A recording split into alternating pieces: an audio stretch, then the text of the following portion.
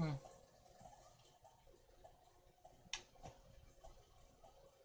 Yeah.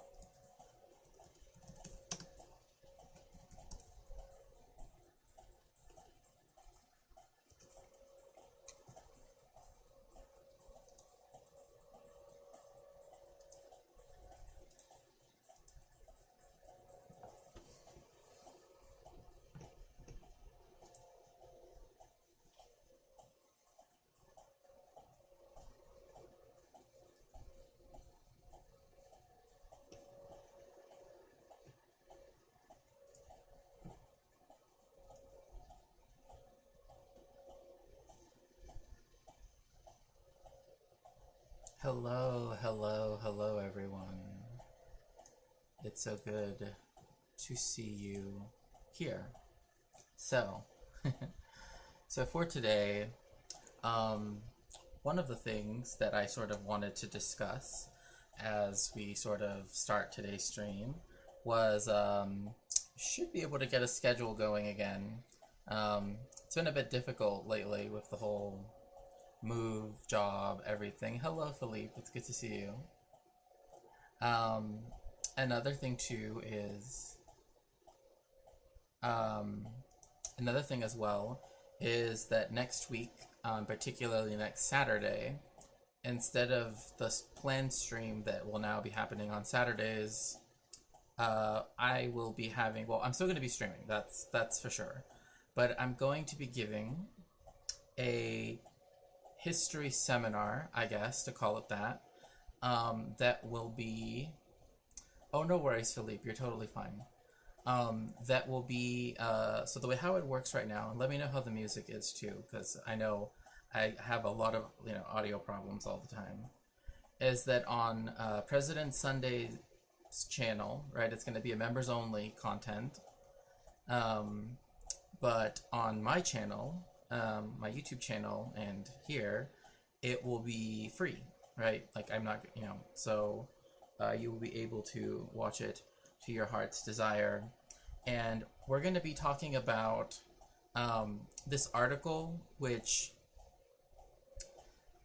by Camilla Townsend, which is a really good article. It's just that it's a little bit dated, like that's kind of its problem, is that it's like it's a really good article, but it's just a little bit dated, just a little bit. So I'll put some video game music in the background. So it does also mention one of our the books that we are going to read that are bad history books, like Guns, Germs, and Steel. And it does mention it in that article, when it was right around when it came out. So that explains why it has this interesting, why does it even talk about that book? Nobody would talk about it in a positive sense now, but at the time, right, it was at least, but it talks about, and again, the preparatory material that, I would like for people to read, if they can, before next week, is in President Sunday's Discord, who, again, so kindly and generously, offered and sort of is... Hello there, Rubber Room Rat. It's good to see you. Hope you're doing well. So, the way how it's going to work, like I said, is the seminar is going to be members-only content on his channel, right? But on my channel, it will be for free, right? There will be no paywall. And that's how we all planned it to be. First, it's going to be Daedalus, who is going to go into what is the, what is empire? And then, in a way, I'm kind of asking, maybe not exactly, but how or why is empire? I don't know. I'm still, maybe it cannot be reduced so easily to that, but why I chose these topics to talk about today in particular was because there's a lot of myths that come with coloniality, right? That we're kind of that we are almost enjoined, right? Especially as we're taught as children, right? To kind of accept as being more or less the truth. And obviously there are people that will say, oh, well, it's good for kids to, view their country positively, etc., right? But I don't know. For me, there are some that are so obviously bad that I think we should dispense with them. And the one that the article speaks about, just to sort of introduce people to it, is talking about, it's called Burying the White Gods, right? And it's a very important article, but it's essentially to dispel the idea that that when the Mexica, right, when the Mexica saw the Spaniards, that they thought that they were gods, right? Because that is not true. They did not think that they were gods. They knew of them. And so we centered our reading around this one book here, Empires of the Atlantic World. And this one I kind of want to go over it just a little bit, is because it is kind of important to sort of go over these ideas as we're going through them, right? Especially to kind of preempt some of the questions, but not in a negative way, right? Like, I still want more questions. One thing I found very interesting, that Eliot, J.H. Eliot, notes is that, like, he essentially starts the book, right, by looking at two people simultaneously, right? One is Hernan Cortés, right, who will, colonize and conquer the Mexica Empire, and then you have Captain Christopher Newport, when it comes to the Virginia Company. And of course their experiences are very different, mainly because Spain already had colonies set up. Like, that's another thing too, is people think like Hernan Cortés went straight to Mexico and just like right then and there. No, there already were cities set up. There already were colonists, European colonists, which is important to also consider too, is that Spaniards, Europeans of other, nationalities, ethnicities, were already living in the Americas, particularly in the city of Santo Domingo, but also in Havana in Cuba, right? To the point where they already had a bureaucratic structure. And I did want to explain one thing too that I thought was interesting. Is that there is a point in the book where he sort of talks about how, like, this idea of Protestantism and modernity are not necessarily like coextensive ideas, and I do think that is a very important thing to keep in mind, especially because as you have with Max Weber, right, Protestantism and the Spirit of Capitalism, right, you have this narrative that is built up. It's also a mythology, right, a mythos, that with Protestantism, right, you also get these, right, this heightened productivity, but it isn't actually that, like, it doesn't actually follow, right? Like, Catholic countries didn't suddenly, get left behind. In fact, I mean, the richest part of the German states are the places that remained rather Catholic. Same thing with, northern Italy, and same with France, etc., right? It's a bit too reductive, I think, in its approach, but one thing is that what I found interesting too is that what he uses to sort of showcase this is the fact that the British Empire, or the English Empire at that time, I guess, still used the Julian calendar, right? It didn't want to move to the Gregorian calendar because it was associated with the papacy, right? So I find that quite interesting. But again, it's important that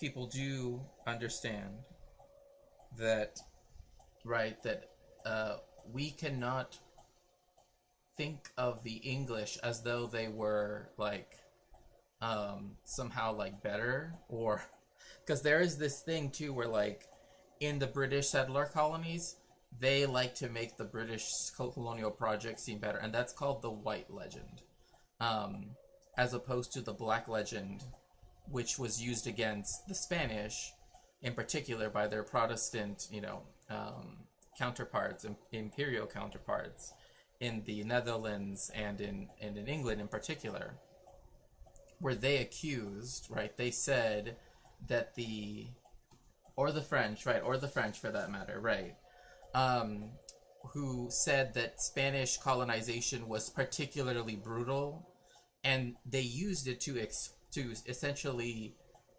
expiate, right, their own colonial violence. Like, oh, well, yeah, we're doing horrible things too, but the Spanish, they're so much worse, right, because they did, insert, a legend here. And that is something that still persists to this day. Like the Hispanophobia of the British, right, of the English in particular, is something that did, so to speak, cross the Atlantic and, did solidify itself in a lot of, early American thinkers and politicians, etc. And I think it's interesting to both think about the black and the white legend, right, and what purposes that were used, I guess, right, for a colonial expansion, but to also consider how we might look at it, um, in another way too.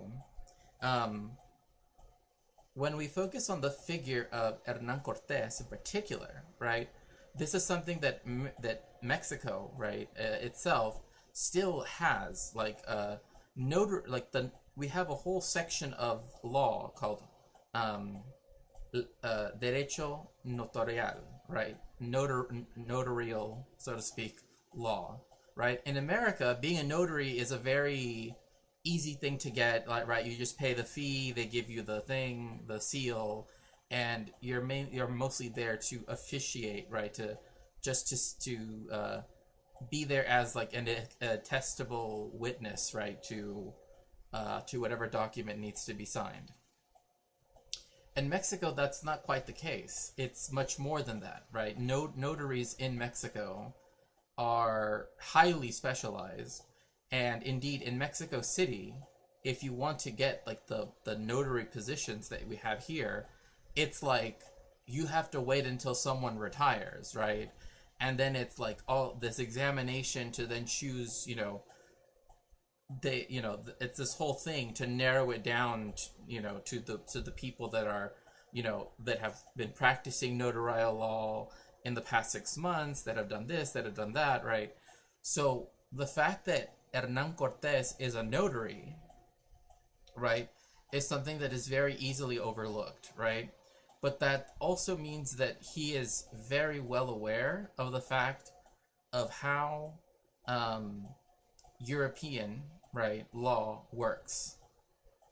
So when he commits the crime, right, of going against the express orders of his superior, right, Vasquez, pardon me, who was the captain general of the Capitancy of Cuba. What you have, right, is a person that tries to find a legal loophole, right, in, again, law that is based off of the Roman tradition, the Byzantine tradition, again, the French tradition, right, the continental civil law, right? So it functions different from the, like notaries are given a lot of prestige in Mexico because of this, right? They are often seen as one of the hardest things you can get into in terms of like being like studying law, because you have to do so much stuff. You have to know so many different aspects of the law, and also so many, that's why like places that are hipotecarias, right, like places that particularly deal with like real estate, will often literally like be right next to the office of a notary, or will, because usually notaries serve the public, right? It's not like in America where it's completely, where you have notaries public, right? But technically anybody could open up a business as a notary, like notary services, right? And like, oh yeah, I'll stamp your whatever for $10 or whatever it might be. Here it's like a big deal, right? And again, this comes from there's a different tradition, right? And that's one thing I want to emphasize as we're looking also at the myth making, right? Particularly when I do the seminar next week, but even right now, right? I want to sort of open up the sort of discussion about what that is, right? Like what are we talking about here? So what is important is that when Cortés arrived to what would now be the city of Veracruz, right? He did so, right? He did so in such a way, right, that essentially went against, like I said, he countermanded his superior's orders. He was ordered to do a specific thing. He didn't do it. He wanted to conquer it. But there are laws that are based, again, like in Roman law, right, where you can sort of appoint yourself, so to speak, you know, like I crown myself Caesar, right, type of stuff. And that's kind of what Hernan Cortés did, right? That's what I really want to get across right now, is that so how is it that he tried to, so to speak, cover his tracks? How is it that he tried to make sure, right, that even if, right, he technically was a criminal, right, he was a fugitive from the law, right, that he could still justify it via legal means? He notarized the event. That's what's important. In Mexico and throughout Latin America, a meme of Obama giving an award to himself. Exactly. He had a notarized ceremony giving himself, right, the concession in the name of Charles V, right? The author, Eliot, does talk about it, right? In a duly notarized ceremony, formally took possession of the country, including land yet to be explored, in the name of Charles, the King of Spain. And that is, you know, I think, to me, yeah, that meme of Obama giving an award to himself is actually quite apt in this case. But by doing this, right,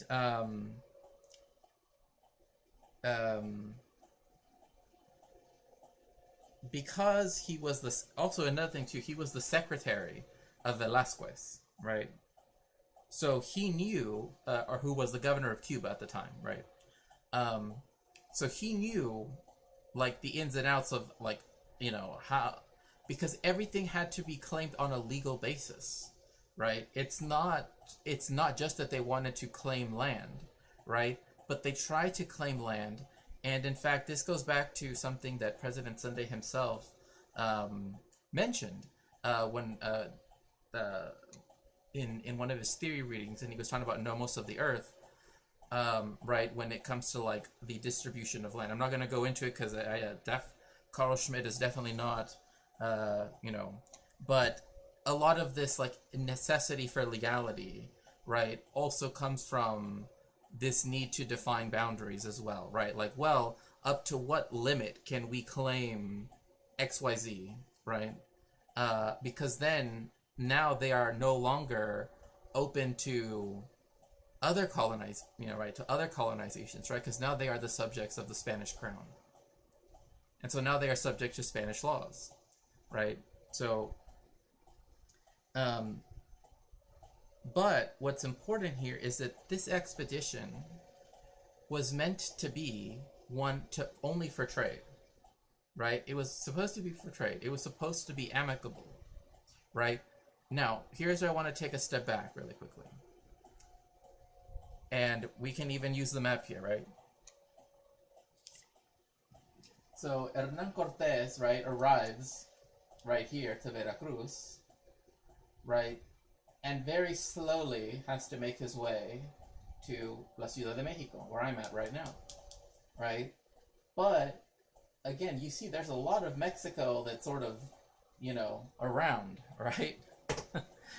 And so what that essentially shows for us, right, is that the indigenous people knew about Hernan Cortés. They knew about the Spanish. In fact, they even write about, like, oh, these people that are, you know, that are sailing past us in this, like, large canoe.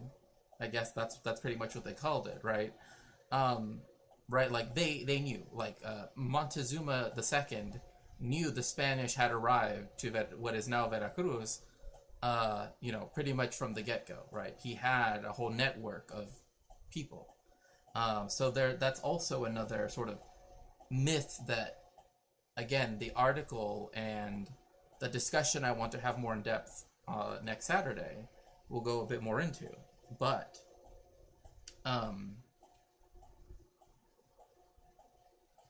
the main thing is, again, he was never authorized to conquer nor to settle. Now, this is important, right? Because very often when it comes to Latin America, with perhaps the exception of Argentina and Brazil, to some extent Chile, people don't view the Spanish colonies in particular, but Latin American colonies in general, as being settler colonies because they're not necessarily majority white settler colonies, right? And that much is in the most technical sense true. But that's also because hello, the Ferret King, how are you? Welcome in, it's so nice to see you. I don't know if there's a mod in chat that could please give a shout out to my pal, the Ferret King.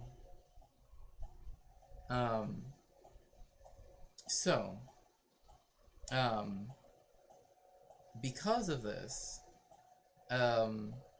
because he did not have his own the ability to. Yes, I've been doing good. Just been really busy, but it is what it is. So, but one of the things to keep in mind here is that if he founded a city, right, and this is why I think the giving an award to himself works rather well, right?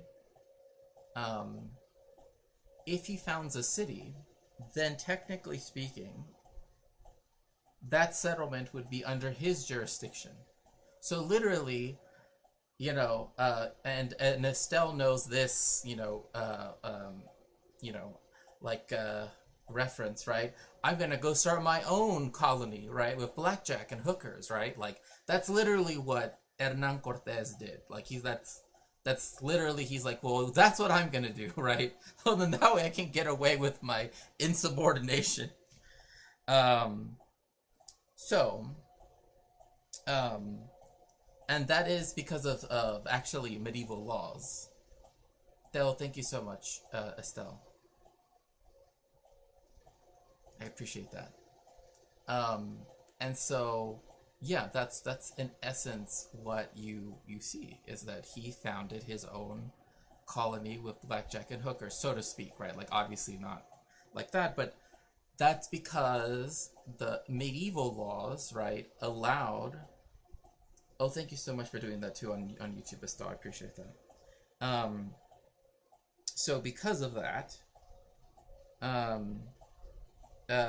if one could take collective action, right? Again, this goes back to like the idea of like peasant revolts and stuff like that, right? Like if it was so great, right, they had it inscribed in law that you could, right, act, right, you could take collective action against a tyrannical, right? And that's the thing, right, is who gets to define tyrannical, right, or tyrannical, right? Is it? And that's the thing, is once it becomes inscribed in law, right, then it's whoever possesses the power of the law, right? Whoever can execute the law, right? The executive power, right? As well as the legislative power, right?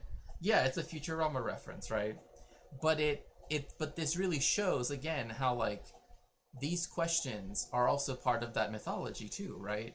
Because in order for Cortés to be considered, this very intelligent, sly, it wasn't that he was intelligent and sly, all these, positive things, right? Cunning, right?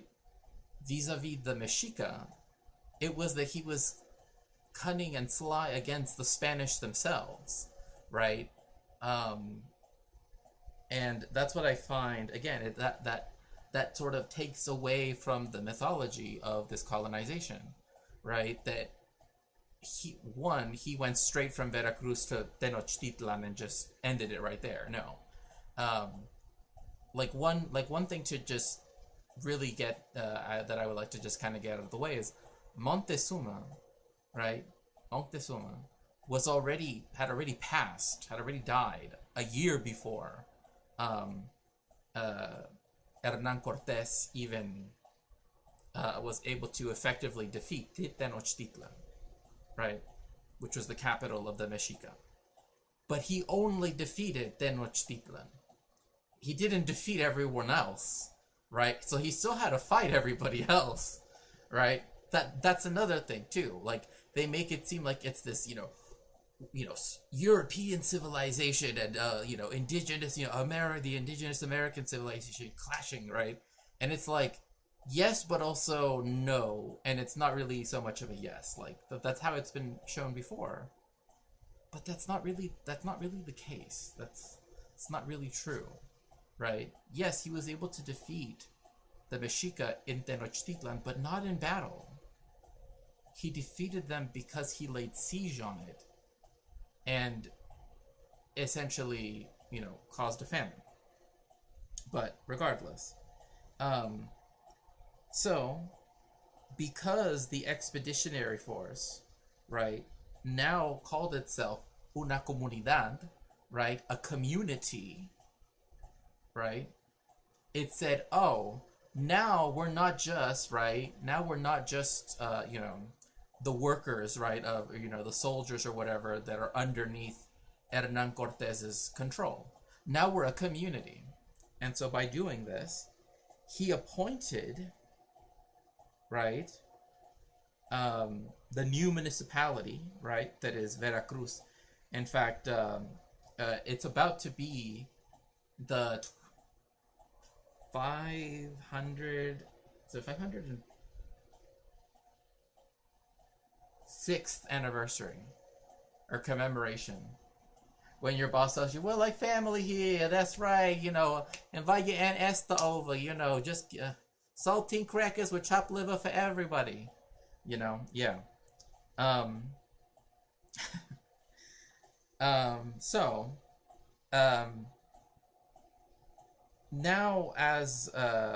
June 28th is when, which is interesting enough, during Mexico City Pride. Mexico City Pride is last 5 days. The main parade is, or march I should say, I guess, is the 28th, no, pardon me, the 25th? No, I think it's the 28th, so on the same day, yeah. Because it's so anyway, that makes sense. But it's going to be the 506th formal, commemoration of Veracruz being founded, right? I mean, 506 is a long time for a city, to be around.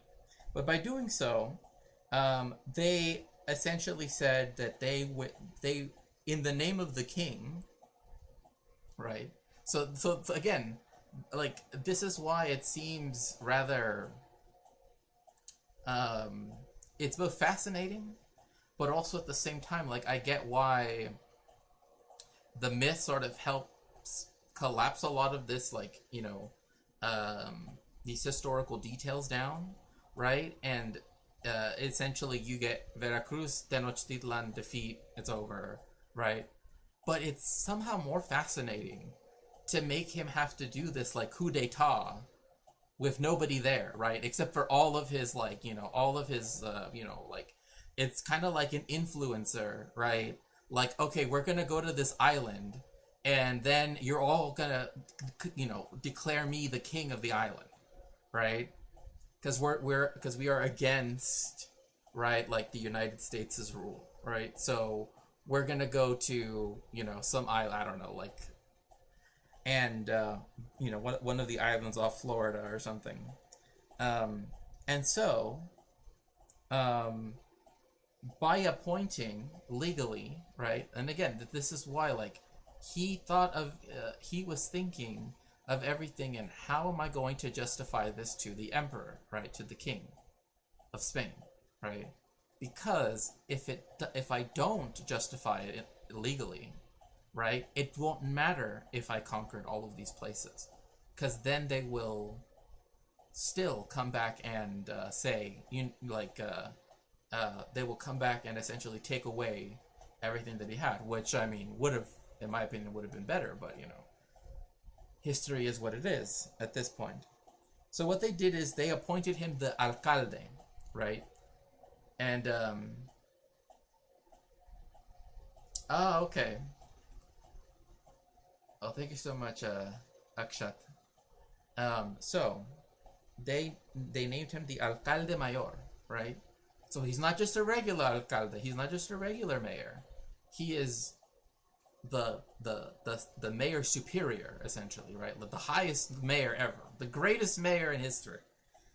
And therefore was now captain of the royal army, because he's like, oh, well, now it's my army, right? Now I'm acting in the name of the king, because now I am, right, the representative, right?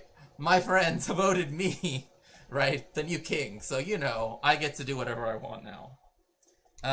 So by doing that, legally speaking, he was able to, by this maneuver, as Eliot puts it, he was able to get out of the conditions of just exploring and establishing trade with the indigenous peoples, right? Because that wasn't enough for Hernan Cortés, right? He didn't just want to have a trade mission with the Mexica, right? So, because he was saying, I am the Senate, exactly. I am the Senate. I am the royal army, right? Like, I am the you know, the crown of Spain. But again, this is because he knew as a notary, and again, notaries know a lot more, and they're very highly respected in Mexican society, and there are so many things too that the Spanish did bring to Mexico in particular. Like, we still have a Diario Oficial de la Nación, which is like, laws are not real, if that makes sense. Like they are not official, I guess is a better way, unless they're put in that diario, in that like journal, right? So when it says and it says on every bill that's passed, which will be written in the official journal of the Republic within 2 days or whatever, but sometimes they'll speed it up, like on this day, blah blah blah, right? That's because of this like need to always have everything, right, cataloged, organized, right? So but you can see, right, how that this also brings with it a certain colonialist logic, right, into the Americas, right, particularly into Mexico, right? He's already thinking, how can I outmaneuver, right, by using all of these different legal structures to make myself, right, essentially my own Caesar, right?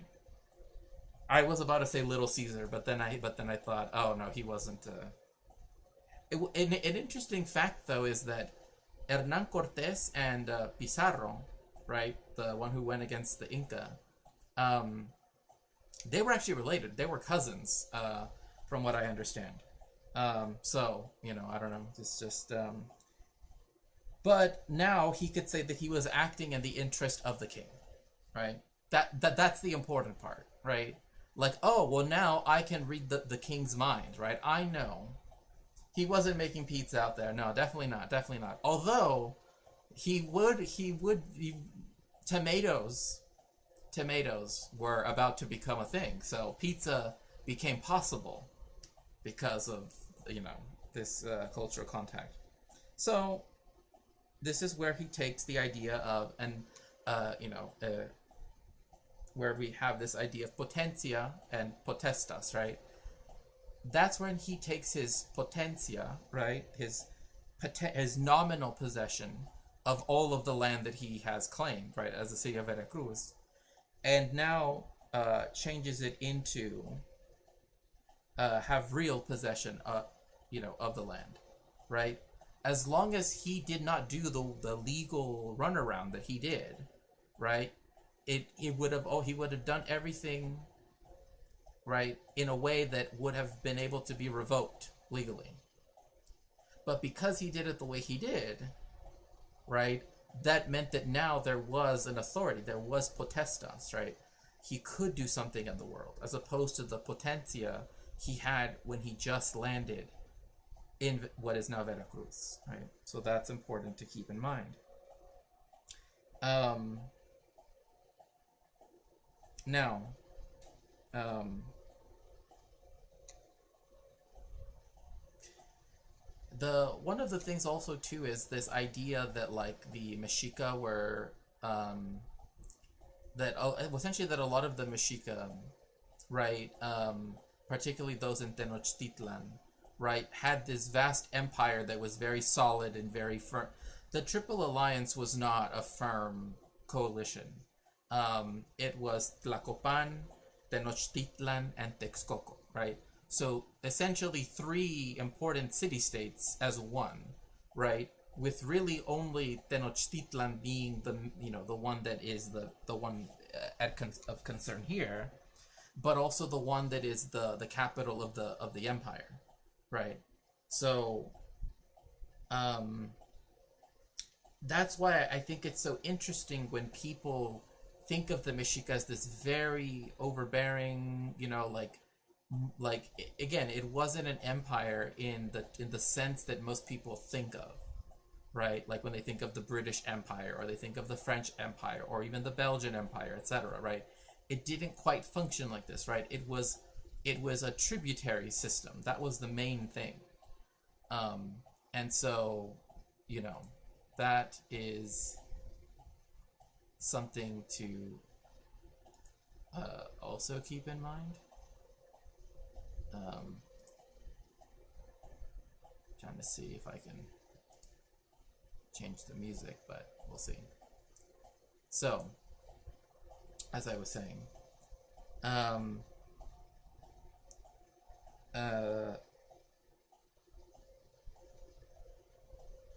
but again, major thing, the Mexica did not think, right? Going back to the article for next week, the Mexica never thought that the Spaniards, right, the people, right, were gods. That's very important. They did not think that it was Quetzalcoatl, right? They did not believe that.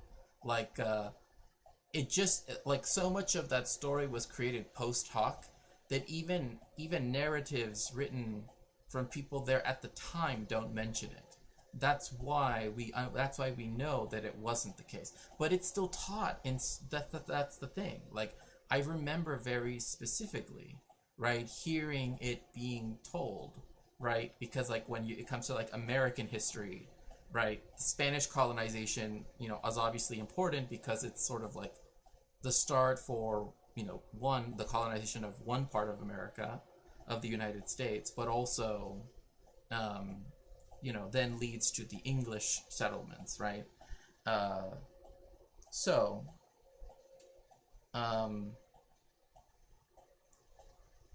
the main thing to keep in mind was that they also did not have an easy time. Yes, they won, because of, but it wasn't because of, again, what a lot of the language of the myth, right, likes to sort of insert. But what is most important here is that these myths exist throughout all colonial ventures, right? There's always figures, particularly men, right, that are given this sort of greater ability, right, than the indigenous people, as though they were somehow unable, right, to conceive of the world in the same way as this European guy, right? But that simply isn't the case. It's literally one of the main reasons is, one, they had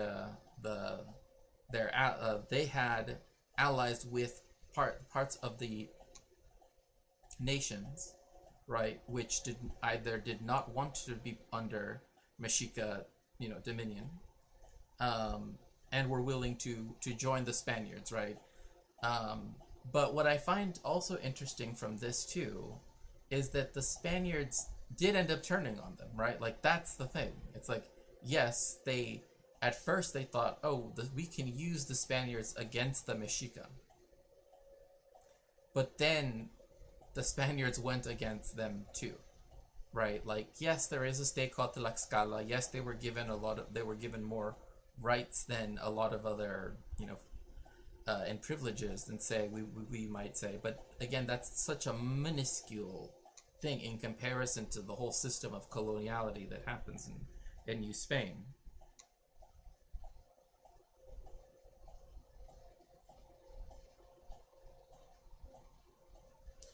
But they still didn't think he was a god. And we know that they also recognized that this was the case because, one, he had, again, his empire even went to Veracruz, right? It covered that area.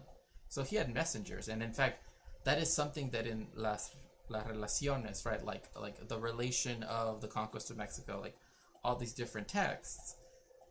Even Hernan Cortés says, like, everywhere I went, there were messengers of Montezuma there, right? So, like, they knew who they were. Like, they knew that, and again, the Spanish already had set up colonies, right? They had already interacted with people, indigenous people in the area.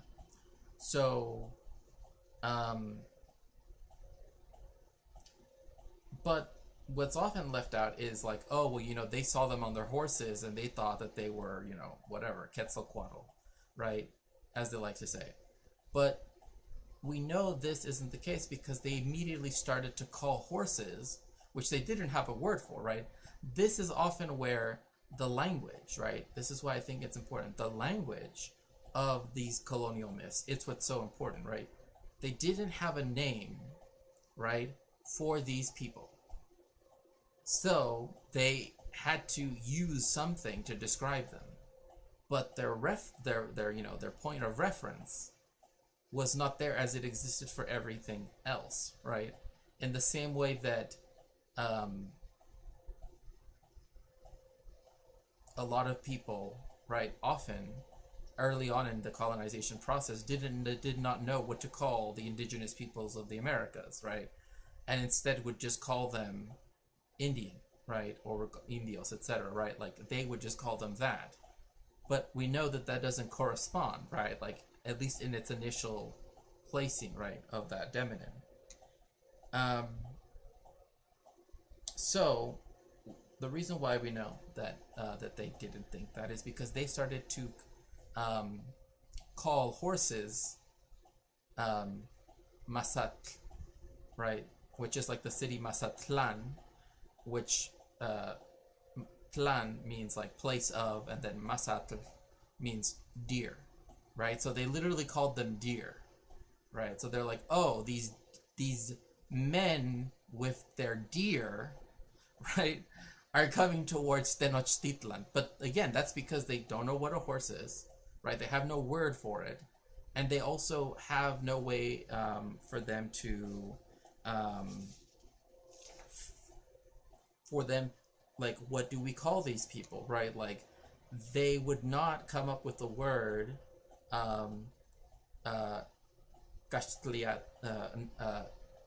Caxiatl until much later, right? Like, they would come up with the term Castilians, right?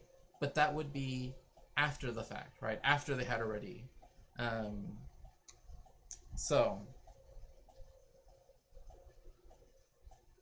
one thing that's also I find very interesting is that indigenous people were always much more willing to learn. Wait, so it's literally Baka? Baka? A Masat means deer, though. I don't know. Was that indigenous people were always willing to learn Spanish. It did not function the other way around. Like, literally, there were so many times where Hernan Cortés and the Spanish, right, literally had one person that could translate. And, like, Malintzin point at a deer and call it a horse. Yeah, or reverse Baka. Yeah, exactly.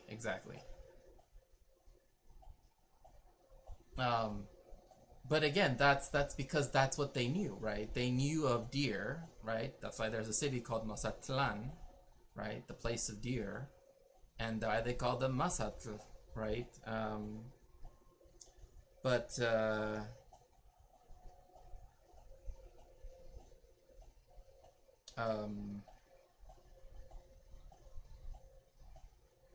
another thing too is I've always found it interesting. Like they talk about what Montezuma gave him as a gift, right? Which I don't recall if it actually still exists, or who knows, like if it got lost or something.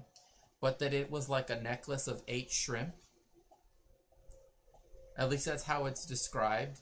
And I don't know. I'm very curious to see how that would have looked. Like I really do wonder, because he was given 2 necklaces, and each one of them had 8 little shrimp on it.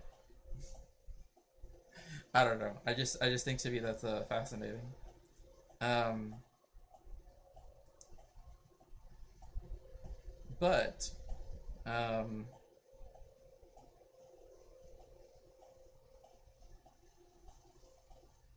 there is, of course, this idea, what is called the Translatio Imperii, right?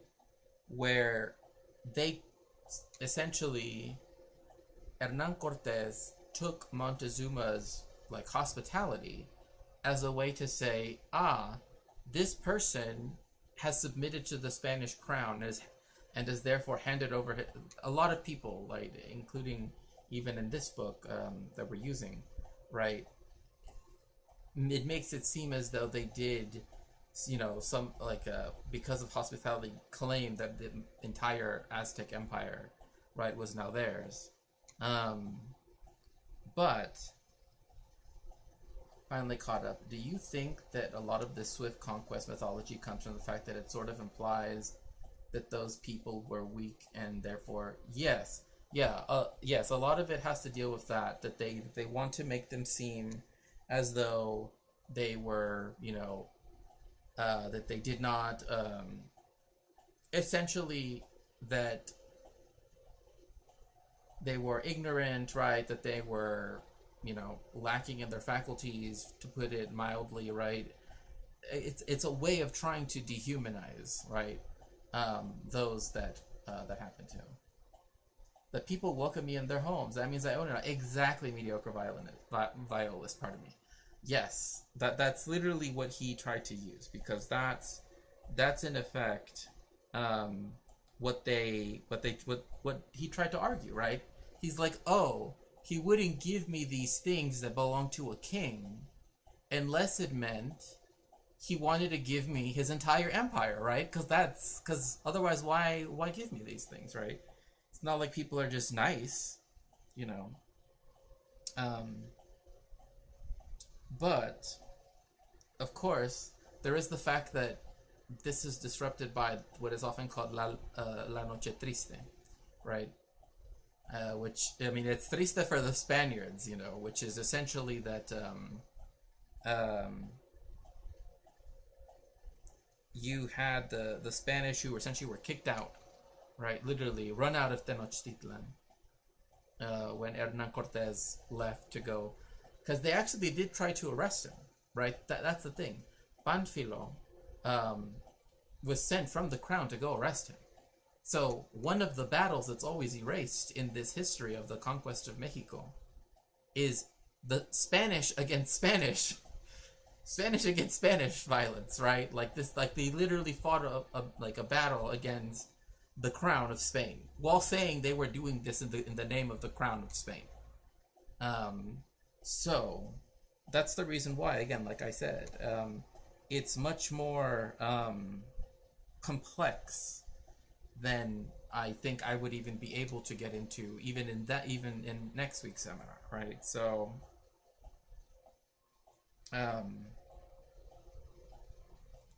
but again, what we also see too is that the British did try to also begin their own imperial ambitions, right? Although you have to admit that it was probably seen as an underhanded lawyer tactic even at the time. Right, it was seen, I mean, like, oh my goodness, thank you so much, Lincoln. Thank you so much for the 12 months. I can't believe it's been a whole year. Thank you so much, Lincoln. 9K. Yes, and that's the reason why, like, again, it's important that he's a notary, right? he's a person that knows how to make it official. That's what's most important to him, right? Yes, I am committing treason, right? I'm committing, right, all of these things. But if I can legally justify what I did and also give you, right, then maybe, right, then at least then I also provide the legal justification by which I can be spared and even benefit from it, right? And yeah, so it is an underhanded lawyer tactic. But that's the reason why people often misjudge the Spanish conquest as opposed to the English conquest of the Americas, because they think that the English are like more sophisticated and lawyer-like and blah blah blah, right? And that the Spanish are brutish and they just essentially they're just like I don't even know. But that's part of that Black Legend stuff too, right? It's part of the Black Legend, White Legend, right? That the English were so organized and unemotional in their in their colonization of the Americas. But I mean, even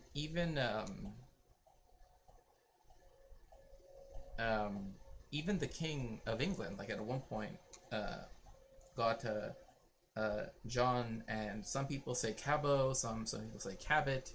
It really depends whom you're speaking to. To conquer and possess, and that's a very particular terminology. Again, this mythology, the Spanish were women in colonization. I mean, yeah, it's like, their problem was that they were too, they wouldn't stop shopping, and pretty much all of that stuff. Yeah, that they wore lipstick and that they did blah blah blah. I mean, just look at, again, right? We're talking about we live in an environment where, right, like the Mayflower Compact, right, as seen as this like great document in the history of great documents that only comes from the English tradition, right? That somehow leads to the U.S. Constitution, which is the greatest document, literally Trump Bibles for everybody, apparently, in Oklahoma, even though that's now going to cause that person, whatever his name is, I forgot his name already, to be, audited, right? Because he might have done some illegal stuff, but who knows? Who knows? Another thing too is that the thing about these myths too is that everything is also based in the language of religion, right? And that is to say, all land that is not yet been claimed by Christians. That's a very important thing, right? Because as I said before, in a previous stream, one thing that the British did, and also the Spanish, right? Sticking to the Spanish, I guess. Like one thing when it came to this idea that the indigenous people, right, had what is called limpieza de sangre, which I plan my second seminar to be talking about and sort of go back a little bit more in history to discuss it, was the fact that the reason why indigenous people could be considered to have limpieza de sangre and therefore they could intermarry was, oh my goodness, thank you so much for the follow, I appreciate that, was so that the reason why, however, Africans were not, right, is because of the following idea, right, is that they decided to think of the world in this way. The indigenous people of the Americas, right, were a new world, quote unquote, right, that could have never have heard about the word of Jesus Christ, right? So that's why they get to be considered pure. Therefore, there could have never have been Jews there, right? That's also part of that logic as well, right? There's no Jewish ancestry there, right? That's, on the African side is like, however, there are African Christians, right? They are part of the landmass that could have learned about the word of Christ.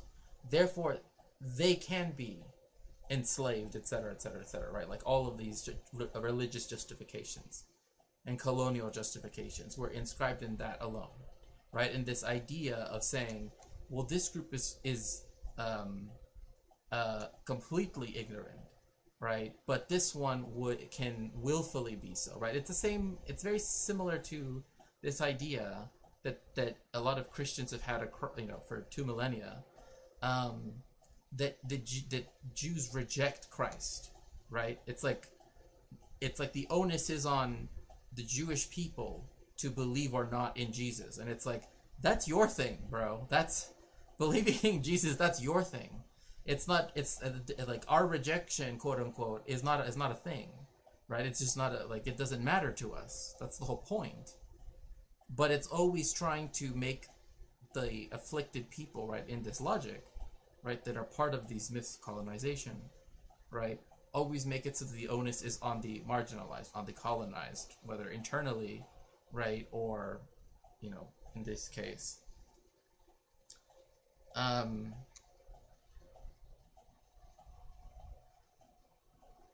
However, the one thing that came about with John Cabot's expeditions to the North Atlantic, right, was that they did bring in a lot of money because of the fisheries, right, in Newfoundland, right, which in Spanish we just call Terra Nova, literally new land, but which again also speaks to that, right? Why is it that we still call it Newfoundland, right, or Terra Nova? Why do we still act like it's new, right? Like there already were people there. It surely wasn't new to them, right? But it's still, right, like these things are still inscribed in everybody's life all the time, right? Like that's part of the thing, right? Is that we don't think about it, but it's still there, right? Like, why is it that it needs to be why is it that it has to be called that? And some people say, well, what does it matter what it's called? But it's also, it is what frames, right, those aspects of the colonial myth making, right? Oh, that this was a Newfoundland, right? This was a newfound land, and therefore was not subjected to the legal structures that were in Europe that would have otherwise stopped, right, people from claiming it outright. Again, a lot of it comes down to legal language. That's why Hernan Cortés being a notary is very important, right?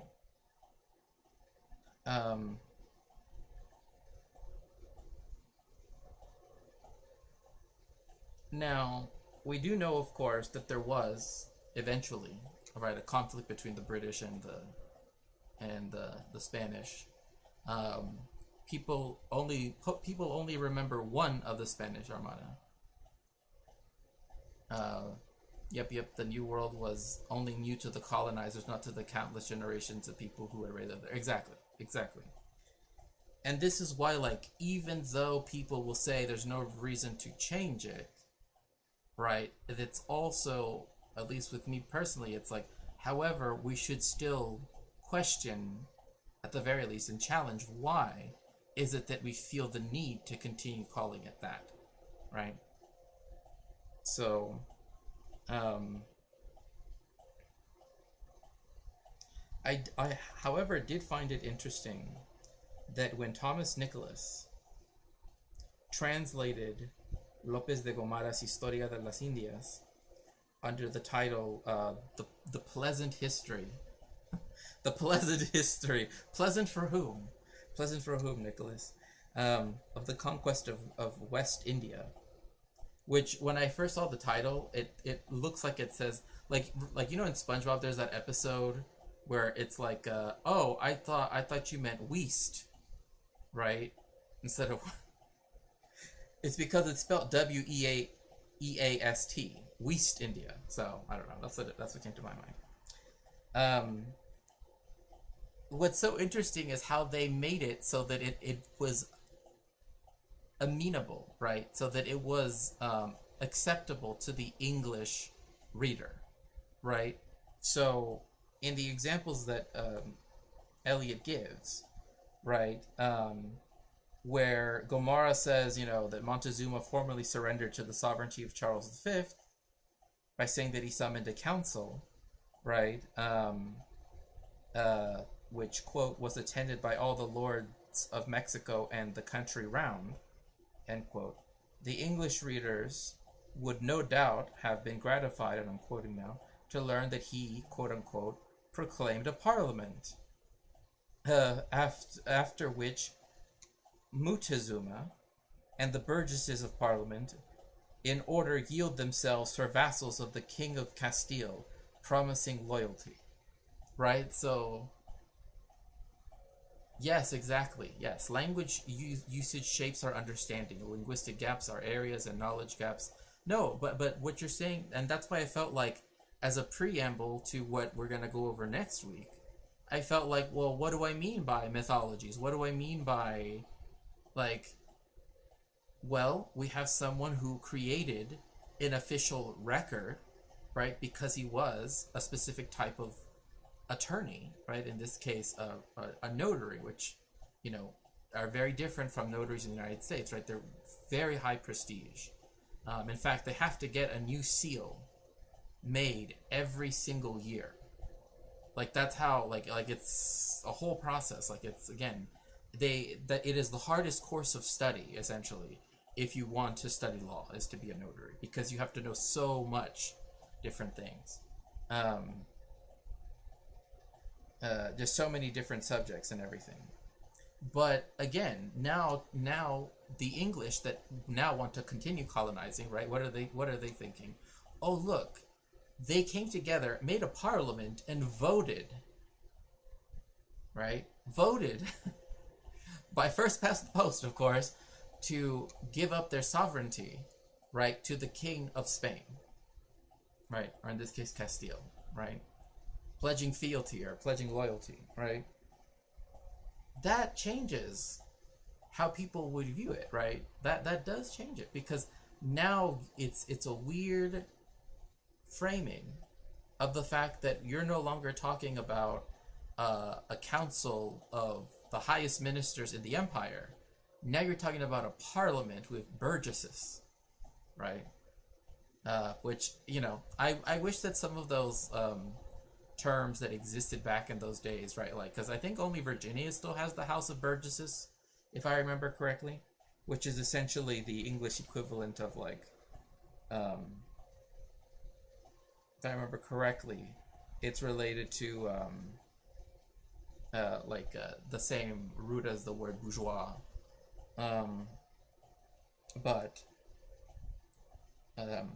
Yeah. At the end, they also describe Hernan Cortés as being a private gentleman of Spain. Again, but they cut out the fact that he's a notary. Burgers, yeah, like burgers in Germany, yeah, like Bürgermeister, right, like that kind, yeah. So, but the Triple Alliance, right, which again involved 3 city-states, right, Tenochtitlan, right, which is now Mexico City, Tlacopan, which is now part of Mexico City, and Texcoco, which is technically also part of Mexico City, but I mean, at least, you know, but at that time, right, they were seen as 3 separate. The alliance was not that strong, right? Tlacopan, which is actually the closest to Tenochtitlan. Hello, powerful finger. It's so good to see you. How are you doing? Tlacopan, which is the closest to Tenochtitlan, was the most willing to actually, you know, not participate in the Triple Alliance. And so there's that too, where on one hand, the indigenous people, the Mexica, are seen as, you know, so powerful, right, that they had so many soldiers and so much this and so much that. But then you also have it that they're like, but they're also incompetent at everything, right? It's this very, you know, strange, you know, mythology that they're trying to, you know,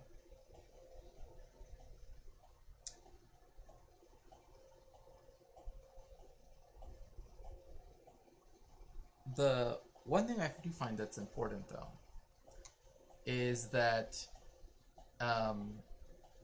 Eliot recognizes, and this is an important thing even for like Latin American history, for, you know, even looking at like post-colonial studies, etc., is that the very venture of colonization comes with its certain. Oh, well, I'm glad to hear it, Walzian.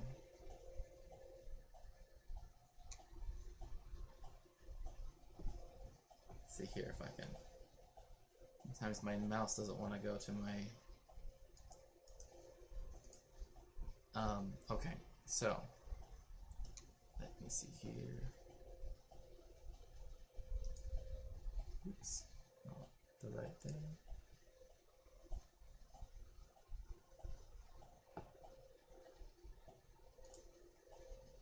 Okay, so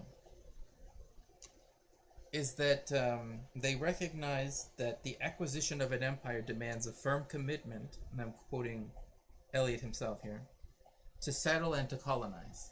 And that is true. Like that is one of the reasons why, like, the people that say, oh, as if any colonial venture could have been good, right?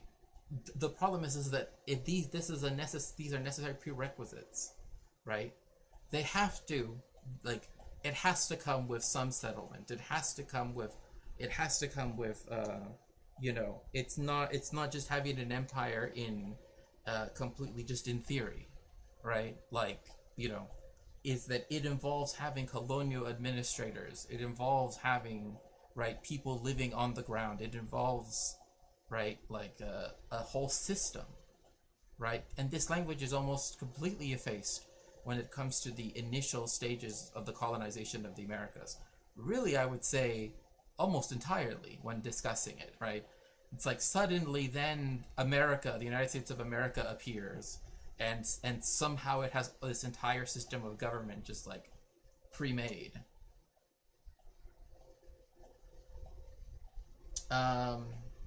What was the legal justification that the colonists gave to renege on the treaties? I suppose that they had made some. They had with indigenous allies, mainly curious about the Purépachas. So when it comes to that, a lot of them had to deal with the fact that if people were unwilling, it requires the assumption that the people already living there doesn't exist or shouldn't exist. Right? Exactly. It's like Peter Wolf says in his landmark essay on settler colonialism, is that settler colonialism is not an event, right? It is a process, right? It is like people always say, well, show me the event, like show me the one thing that says, like, we are going to become settler colonists and displace and eradicate blah blah blah blah blah. I mean, that's not how that works. You know, that's not how that works.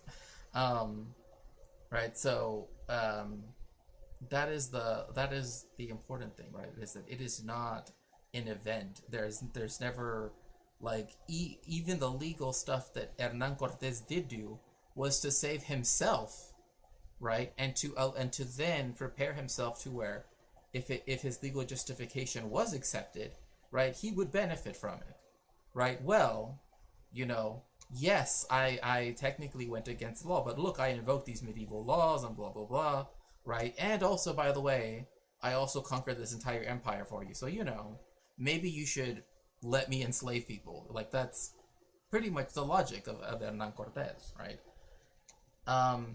And that goes to your question, right, Akshat. A lot of the treaties that were either a lot of the guarantee, sometimes they were called guarantees, sometimes they were called different things, is that it usually involved the encomienda system, right? That is, that a certain amount of indigenous people, right, essentially were property of the state and could be sent, right, to work on different European settlers' estates. And so it was usually in opposition to that, or you know, an unwillingness to keep to Catholicism, right, to not allow missionaries in, to not, like, I mean, Another thing we also have to think too is that they had every incentive, right, to have the bar of what they would count as, right, breaking the treaty on the indigenous people side to be super low, right? For them, it's really high, right? Oh no, we can't break it because we did this, and this, right? But for those that, are powerless, essentially, right? It's very different, right? It's like any little thing, because even in his conquest of Mexico, right, as he's going through, when he's allied with the Tlaxcalans, he destroys villages that are Tlaxcalan, right, and even goes against uh, like the very large population, like cities essentially that exist, that were against the Mexica in the first place. So like they were always going to renege, right? That's another thing we also kind of have to understand, right? Is like a lot of that, like, and this also connects to the idea of immigration, right? Like legal immigration versus illegal immigration, is that a lot of that is just legal pretense, right? It is just now that you've been, like, now that we have used you for the purpose that we need you, now again that bar is set so low that it can be broken very easily by your side, right? um, what I would say it's different from the for the Manifest Destiny is that it didn't involve complete outright extirpation, right?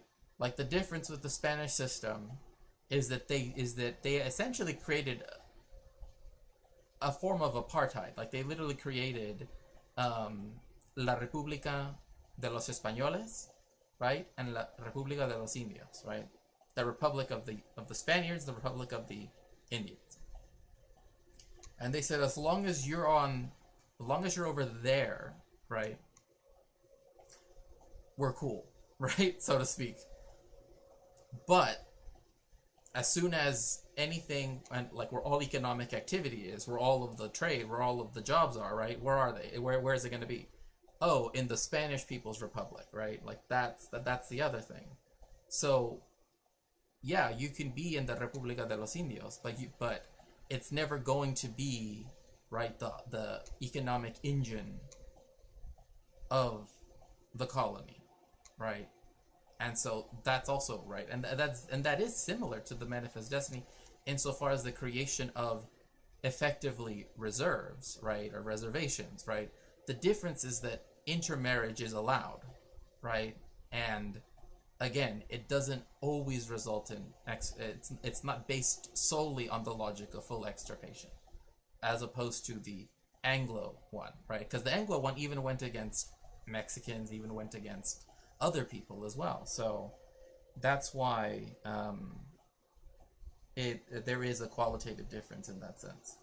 Now, as for the treaties, what usually happened is that it wasn't even the state, right? That, like, this is very different from the Spanish colonies. Is that, again, it goes back to this legality, right? That goes to this myth making of how these places were colonized. After the French and Indian War, or the Pomeranian War, or whatever you want to call it, the 7 Years' War, right?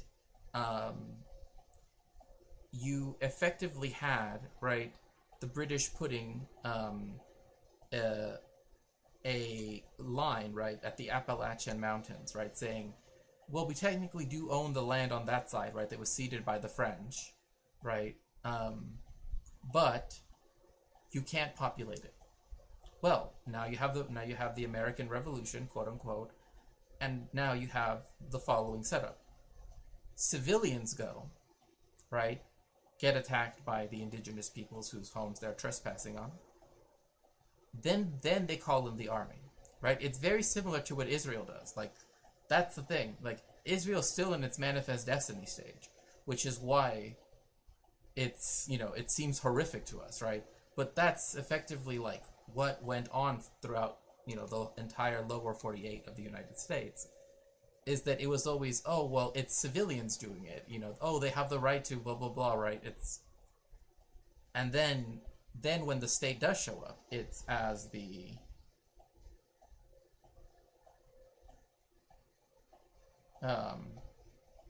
right, when it did came in, it was only then to suppress, right? It was only there to conquer and to suppress the indigenous people, right?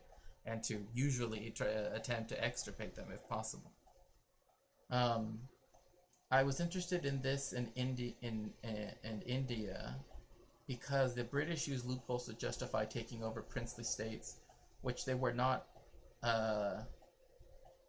able to completely even up to the partition and Indian independence, but it wasn't a settler colonial project, and the legal framework at the time was much more developed. Yes, there's actually a good book that's called An Independent, is it An Independent Colonial Judiciary?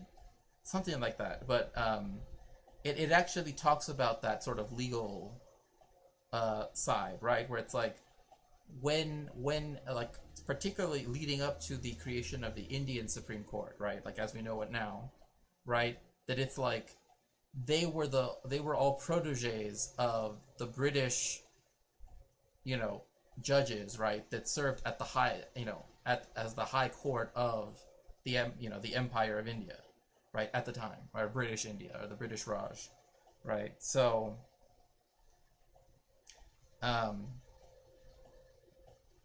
yeah.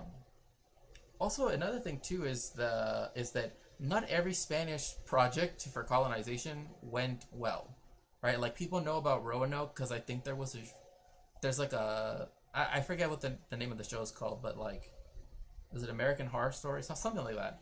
They did a whole season, right, on Roanoke, right? So people kind of know about that, but it actually relates to why the capital of North Carolina is Raleigh, right? It's because Walter Raleigh, who wrote the discovery of Guyana. Yeah, American Horror Story. Yeah. I thought, okay, good. I'm glad that I can remember that. Is that people know, right? Oh, it was the lost colony, right? That they only had some random thing put on the tree. They don't know what happened to it, and blah blah blah, right? And obviously there is, but that also served for a colonialist narrative too, right? Because now, right, and it's interesting as well too, because there also was Prester John, right, when it came to the Crusades. Now, if you don't know who Prester John is, you're fine. It's this imaginary character, right? That, in the East, right, there is this wonderful, Croatoan, that's right, Croatoan, and that people kept trying to figure out what that meant or something like that, and I don't know, like, there's so many shows that have that are Discovery Channel looking, but they're not Discovery Channel or whatever it might be, and they always are like, was it aliens? It always comes down to aliens. Was it aliens that stole them? To this day, no one knows what it means, right? And we do know from the evidence that that has been recovered, like that there was possible, cannibalism, etc. Blah blah blah, right? Like there was that, but it's always aliens according to the History Channel. Exactly right. I think that's what I'm thinking of, not the Discovery Channel. So the difference between the British as well was that, again, they just used a different legal framework, right, to go about colonizing, right? Because, I mean, even when we're talking about India, right, now we're talking about the East India Company, right? They ruled India first, not the British Empire, right? Technically speaking, right, they were two separate entities. One is a chartered company by the Crown, right, of Britain, but it is not, that's why there was this time period called company rule, right, which is as horrifying as it should sound, right? And so the difference is that, again,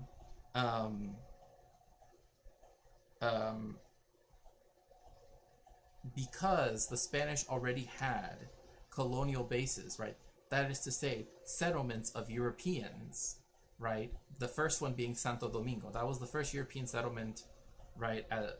Of its kind in the Americas. Obviously, people will say Ilomans. Is that what it's called? Estelle, the one in Newfoundland. It's something like that. That was like, oh, a brief settlement by what would have been called the Vinlanders, right? Which highly encourage people to read the Vinland sagas. I think which I think is now also an anime. I've never watched the anime. I have no idea if it even pertains to talking about the Vinlanders, but still, the difference is that Walter Raleigh saw North Carolina, or what became North Carolina, right, as being a place where they could create a settlement, a base, right, for privateering, right? So that's a very different reason why, right? They wanted to use it so then that way they could raid Spanish ships and French ships, right, and then steal their treasure, right, and then take it back to England. That's what they wanted to do initially. That's what Raleigh wanted to do. Lance au Méadow. Oui. Lance au Méadow et Pointe Rosée. Thank you so much. I appreciate that. I would love to visit that area at some point. It would be really interesting. So another big difference between the British and the Spanish, right? The Spanish very, very, again, already had these bases. They already had colonists, right? They already had families. Because people tend to oversell, right, this idea that, like, Spain only sent men over, right, as a way to kind of, like, eventually, once stuff was colonized, right, when stuff was, conquered, right, then it had to be settled, right? And so that usually involved putting Europeans there. However, there was one caveat, which we'll actually get into in the second seminar. But now, another reason why it's important that Hernán Cortés kind of, committed treason, right? Essentially, completely insubordinate to Velasquez, right? Is because Velasquez paid, right? This is the big difference. Very often, the government, that is to say, in the form of the representative, right, the governor or the viceroy or whatever it might be, would often pay for people's expeditions. Right, like they, it was an affair of the state.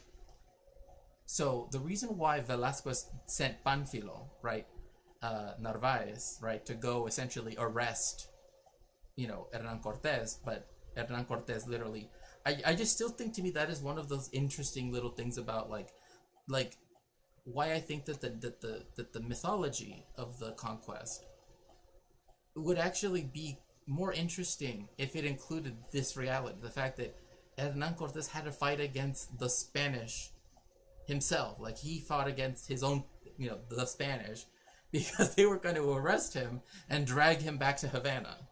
Because they're like, what are you doing, bro? Like, bro, what are you doing? But they didn't. He won, technically, that time. Poor Pánfilo. But still...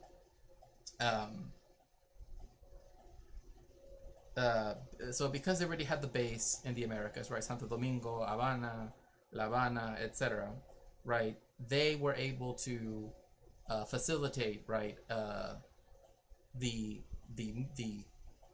colonization of Mexico much easier and much faster, right, than the British did, right? Why? Because essentially, the British had to go all the way from England itself, or from Scotland, depending, what time period, would then have to go all the way across the Atlantic and then set up something, right? So they didn't really have anything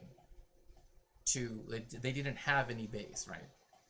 But what they did decide to do was to create joint stock companies. So again, still invoking law, right? Now we're talking about commercial law, right? And the law of the, well, I mean, it didn't, it's interesting because this stuff doesn't, like, it's now part of international law, but it's interesting because it's like these questions, like, these are the questions that initially brought international law sort of into existence, right? And that is, right, what happens when you're out in the open sea, right? What law do you follow then? Right? Is it true that there's no law? Open sea, right? Because for a long part of history, if you were within, like, if people could see you, right, from the coast, you were within their waters, essentially. I mean, that's essentially how it worked. Because, I mean, nobody was going to go get a measuring tape and go run 22 miles and, back in the day, right? So, again, it was usually a visual thing. But the Virginia Company, right? This is important, right? Because they had the Virginia Company and also the Massachusetts Bay Company, right? Those are the two that people sort of remember. But I also want to sort of keep in mind is that the Pilgrim Fathers and the Puritans were two different people, like two different groups of people. One of them were religious extremists. At least that's one way of them being described, right? They were people that were against the Church of England. Those are the Pilgrims, right?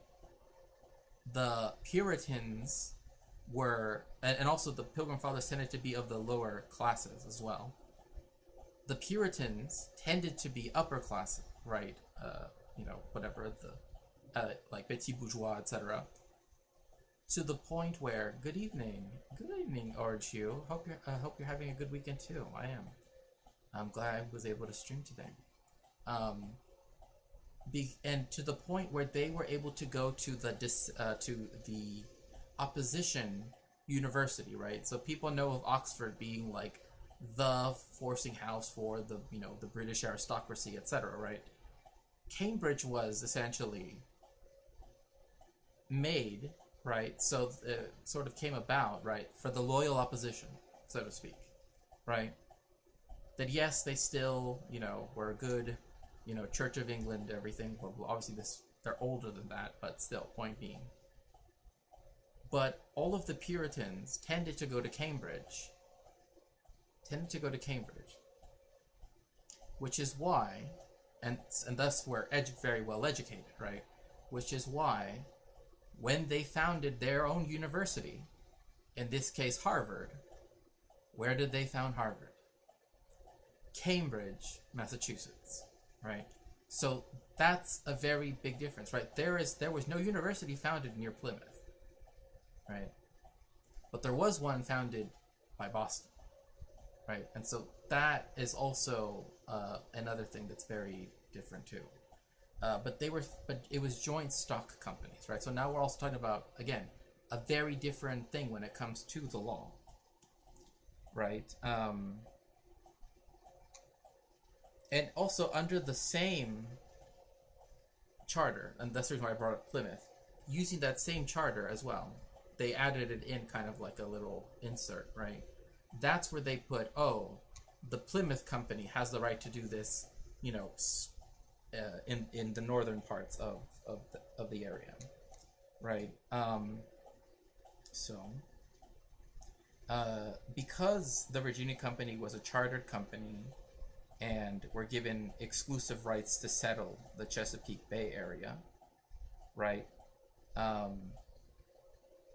It was mostly investors, right? It literally the founding of the first true English colony, right? So like Jamestown, right, was through investors, right? America began through investors and it will end through investors, right? It will end. It started by the stock market, start by the stock market, live by the stock market, die by the stock market, right? And so that is in essence how it ended up, shaking out, right? Most of the investors were also city merchants. Yeah, stonks above all, literally, just stonks, like the history of the United States in from the Anglo version only just stonks the whole way through. Um, but that also, but that see that does show a very something that is very different, right?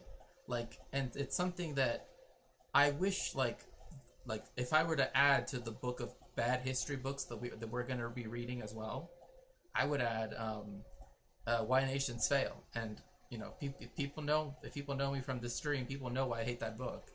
But it's because it literally boils everything down to Spanish Empire, evil, bad.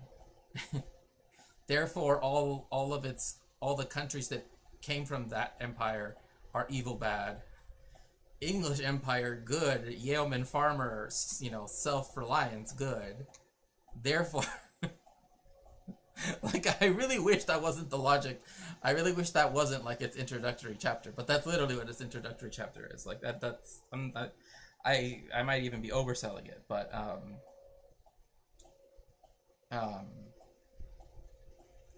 but so many of the but what I was saying is that this legal difference, right, is that Hernan Cortés, right, was given money from the governor of Cuba, right, from the state, right, from the crown, above all else, right, and even though he changed, right, the itinerary, we'll say, he still wanted to do it within legal means, right, because he still had, right, it was still funded by the state. Whereas with the Virginia Company, you have it being done by a joint stock company, right? So, a chartered one. And again, the funding was provided by investors, right? And so obviously, this is actually why John Rolfe, which I know that her name is not Pocahontas. I just want to say this right up front. Her name is not Pocahontas.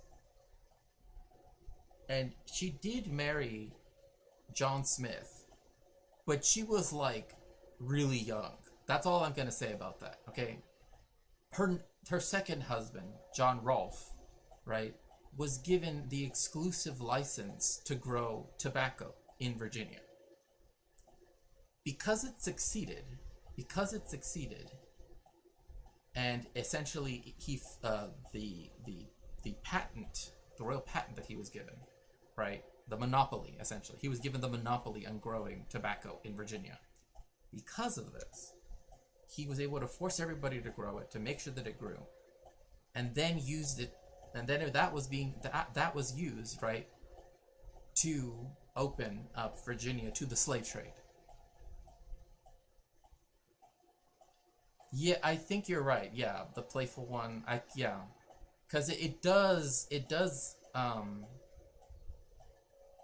Yeah, I don't remember what her like the name that she actually went by prior to contact with with the Europeans was, but yeah, I do think you're right that it means like playful one or the last, something like that. And so this is important, right? Because what do we know about the way how the stock market works? What do we know about when it comes to investors? What do they care about above all else, right? Profit.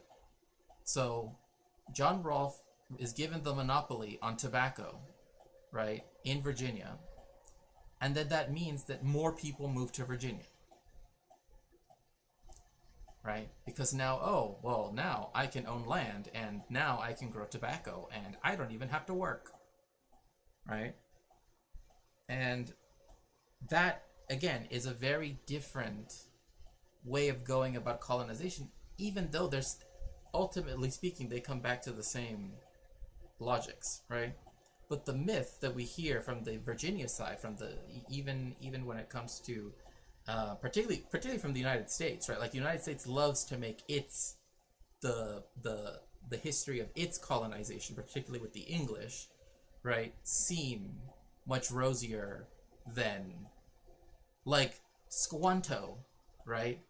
The first words that were uttered between the Pilgrim Fathers and Squanto and Samoset was Squanto saying, "Can I have some beer?"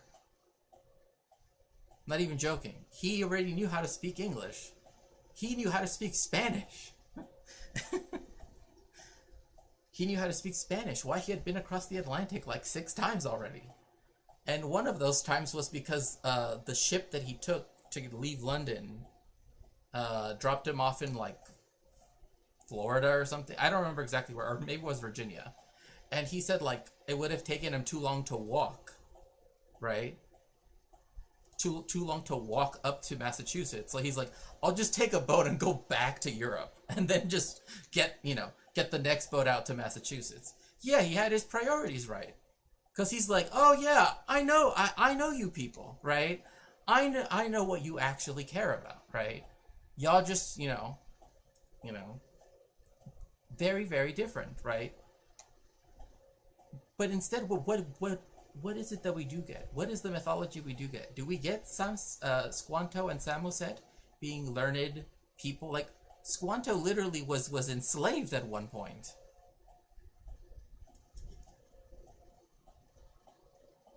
Yes, he was saved off of a slaving ship by some Spaniards, if I remember correctly, and I might get the story mixed up, but eventually made his way to London, and had been across the Atlantic. So he was literally a world traveler compared to the Pilgrim Fathers, right?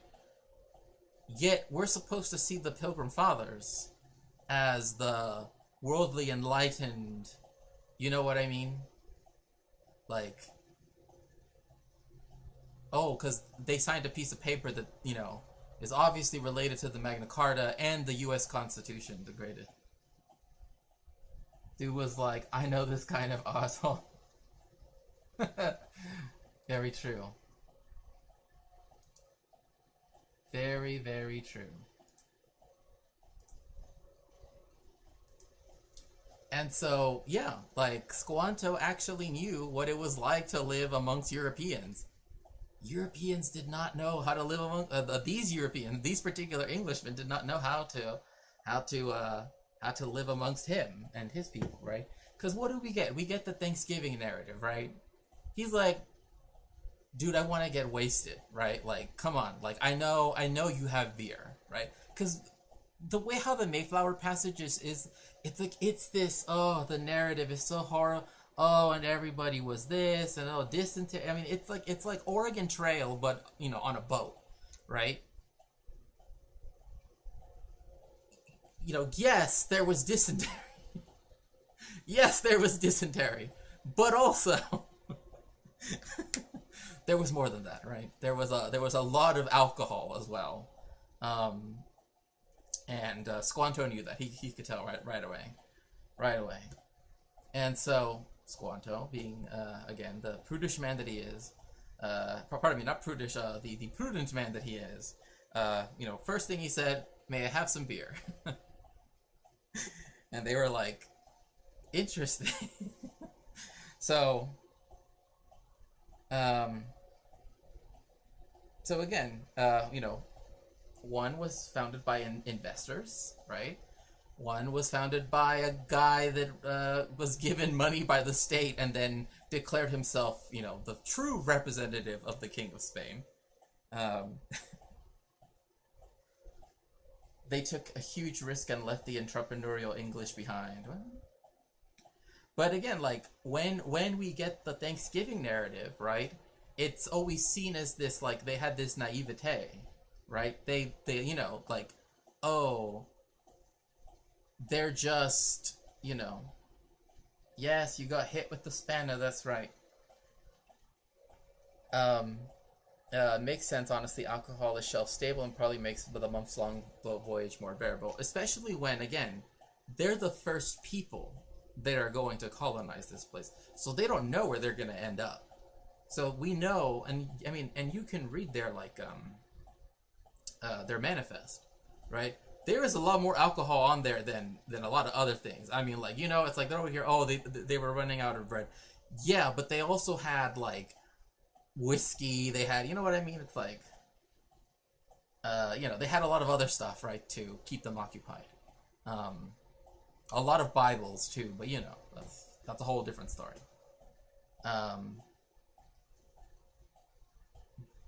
But at the same time, right, it's like, it's very different, right? We don't have that same thing happening in the colonization of Mexico. But in the mythos of the United States, right, instead, we have, oh, these, right, again, they want to make them seem naive. They want them to make them seem, right, as if they unwittingly, oh, we're going to give you everything, right? So now we have both stories, the Spanish myth and the English myth. Both of them have, and then the indigenous people gave us everything, including all of their land, right? Just one of them has a dinner at the end, right? Like that's about the, technically the Spanish one has that too, but it's different, right? Because, he gets 2 necklaces with shrimp on them, which, I don't know, it's just, that's what sticks out to me is the shrimp necklace, but the unentrepreneurial English behind, yeah. But now both of them, right? Oh, well, now we have claim to this land because, look, they're giving it to us, right? And they're being hospitable, right? It's the same thing with the Powhatan Confederation, right? They had a whole system of land management and animal husbandry that never gets spoken about, right? Vis-a-vis the Virginia Company. What we hear is, oh, they raided Jamestown. They did this, right? It's always this phantasmic, right? Other. Because if we actually knew that, oh, the first thing that the Powhatans did was to offer, right, them food, right, so that way they could establish goodwill with the English, right, and essentially have them within their their system of tribute, right, from the perspective of the Europeans, exactly right, from the perspective of the Europeans, right, then it makes it very different, because then that shows that, oh, they were even willing to accept them as people to live next to them, right? They were willing to do so. That is why they left a deer for them to eat, right? That was a sign of, oh, we accept you and we are willing to blah blah blah, right? And in the documentary by Prola called Decay, it talks about like the sort of co-registers of like German fascism and English. It kind of looks at British fascism, but it looks at it how it's can be seen through its colonization, right? Like it's as opposed to the one that we normally conceive of, in Europe. But that's one thing it talks about. It's like the Europeans did not know how to grow the food and, right, the staple crops, right, that would have allowed them to succeed, even in Virginia. But the worst thing about tobacco is that within, I forget how many harvests, I want to say 3, the soil is gone. So what does that mean then? Right? So we have this myth, right, that, oh, Pocahontas, blah, blah, blah, right, all of this, right? But it's always seen that, even in the Disney movie, right, it's like they make the father seem as though he's like stubborn and mean and he doesn't want, but if we look back at the legal aspect, right, if we look back at the language and at the myth that is being created, they had a monopoly. There was a monopoly on growing a particular kind of commodity, that is tobacco. Tobacco, after 3 harvests, completely depletes the ground that you have. What does that mean for the people that now are moving to Virginia? That now they have to go beyond the initial settlements, right? So the conflict was always baked in the cake, right? It goes back to what Estelle said, right? Earlier. I think you said it here. Could be wrong. But essentially, right, that the logic of colonization, of settlement, all of these things was always there in the beginning, right? Regardless of whatever the myth is, the myth just tries to justify the fact that they knew they were always going to break the treaties, right? To speak to what Akshat was also asking, right? They were always going to break the treaties. That's the thing, right? They did it in bad faith, quote unquote, right? To use that language, right? you had two examples, right? Three examples, right? Two English ones, one Spanish one, where they give something out of hospitality, out of trying to, and even cohabitants in the case of the Powhatan Confederation. And the Europeans read that as, we're going to interpret that legally as, I want to make sure I say it correctly, translatio imperii, right? That, oh, well, now you're giving us everything, right? Because you gave us something, we're going to take that to mean you're giving us everything. So,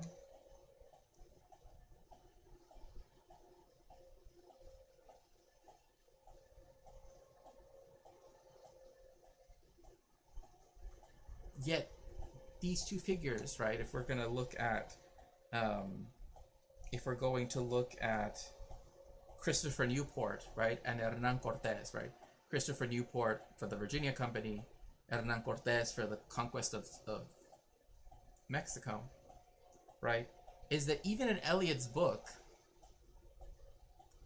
he makes he says the council, right? So it was run by a royal council of 13 men with regulatory powers, right? He says the council chose a better person to do the colonialism than the Spanish did by having Hernan Cortés do it.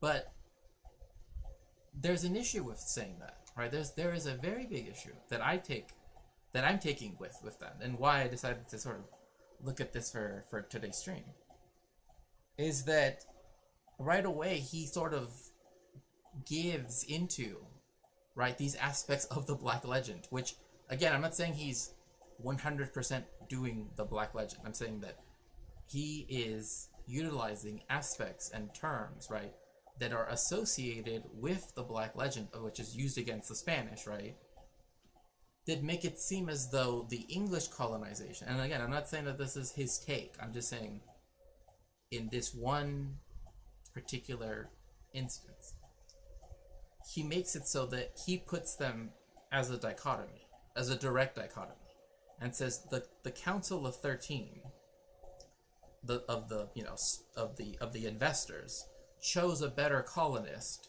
than the Spanish did, right? Than Velasquez did by choosing Hernan Cortés, right? But then that's making a judgment, right, about one colonization and then the other, right? That's why, again, and I will say here, I will quote right here, where Cortés, therefore, was nominally serving under the orders of the royal governor of Cuba, for whom he broke free at the earliest opportunity, Newport was a company employee. The company chose more wisely than the governor of Cuba. Cortés was too clever, too ambitious, and too content to be playing second string. End quote. So there we have it, right? Like now, we're saying, oh, because one seemed more rational to us,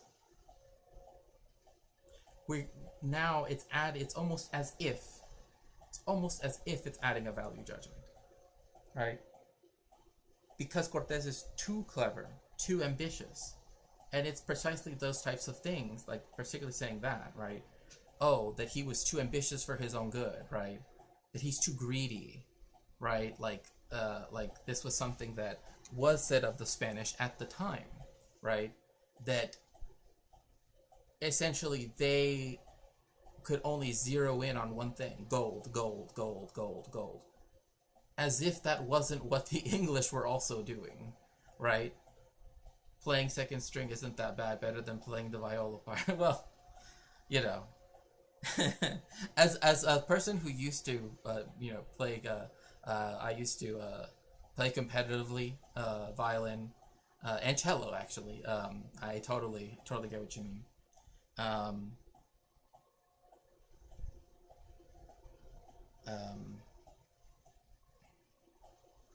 But again, right?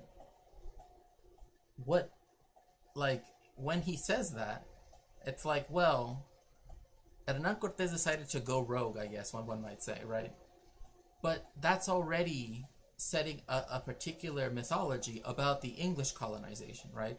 That it somehow was more rational because it was 13 men choosing the person they were going to send that then brought about the colonization, as opposed to the governor of Cuba. But again, like, that is part of this problem, and I am glad that it's complicated. It comes down to language, it comes down to legality, it comes down to all of these things, but it's fundamentally part of that myth making, right? Because that's not what he's trying to get at. That is to say, Professor Eliot is not trying to specifically, right, go into the myth of the two empires. And yet he does do so, right, by trying to compare them in this way.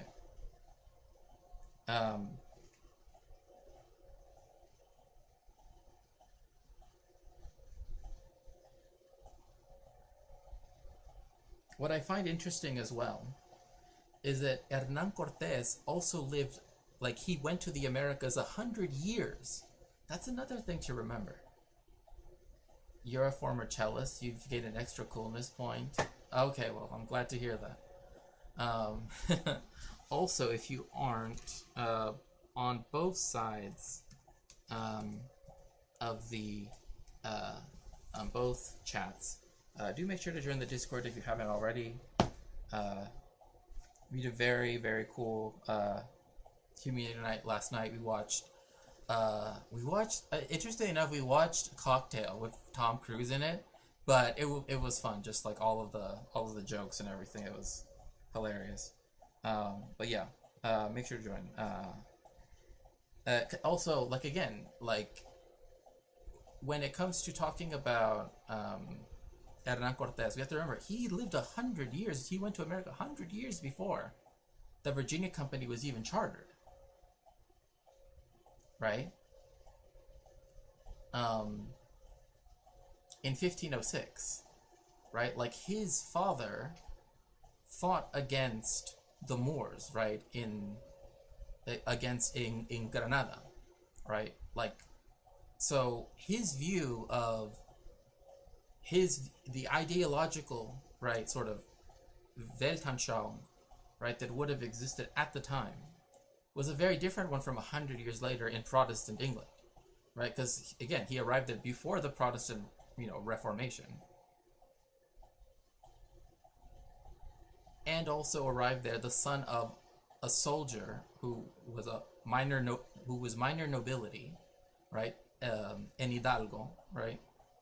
In Extremadura, in Spain.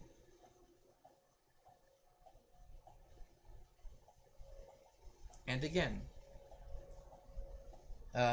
when he arrived in the Americas, he was going to be a public notary, which, again, this is one of the things where Eliot's book is like, I wish that this could have been, and I understand, right? This is not a biography of Hernan Cortés, and nor that's what I am asking for Eliot to do. But because he says he wanted to live out his life as a public notary,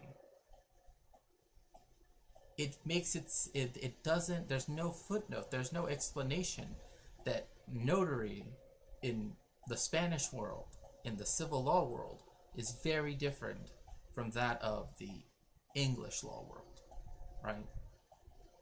Because, again, like I said, there are, like, these, like, to become a notary in Mexico City, right? Like, the official notaries are, it's like a contest. I mean, it's literally a competition, right? Like, it's not only doing well on these exams, but you have to have all of these qualifications, right? And it comes with so much prestige because, again, you are seen as being very knowledgeable in so many different areas of the law, right? So while you can specialize in different types of law, as you can in any other country, if you want to do notary stuff, right, that's usually something that even goes beyond those programs, right? So by not putting that there, it's like he was still going to be an important figure. But this also informs why he did what he did, right? And that's not really mentioned. Nor do I think it, necessarily has to, right? That's why I'm here talking about it. But I do think that by saying, right, that, oh, he was only going to live out his life as a public notary, makes people focus on the English, particularly the American the American world, right? The American planet. And the United States very much is its own planet, its own forces of gravity and such. It means that they think of it as a public notary in the United States, not like one here, right? With a great deal of prestige. Like, again, essentially, he would have had a very well-paying job, and he would have seen a lot of personal success, right? Like, being a notary means that every official document, from like deeds of homes to just so much stuff, right? Like all of those things, right? They have to be looked over by you. They have to be officially, all of that stuff. Because if it does not have the notary seal on it, right, it does not come. In fact, there's even a concept too. It's like actan con la fe pública, right? They act in the public faith, and then that kind of doesn't really work in English, so to speak, right? But it's more like they work in the public's interest, right? Like that's one of their things. Like the ethics that they are supposed to be held to. I mean, of course, I'm thinking of it now, contemporary, in this moment. But the code of ethics even go back that far, right? So he wasn't going to be some paltry middling official, right? That's why he was able to get extra funding, right? It wasn't just the governor that gave him money to do his mission, the trade mission and exploration mission in Mexico, right? Other men who he would have, right, other wealthy colonists, right, that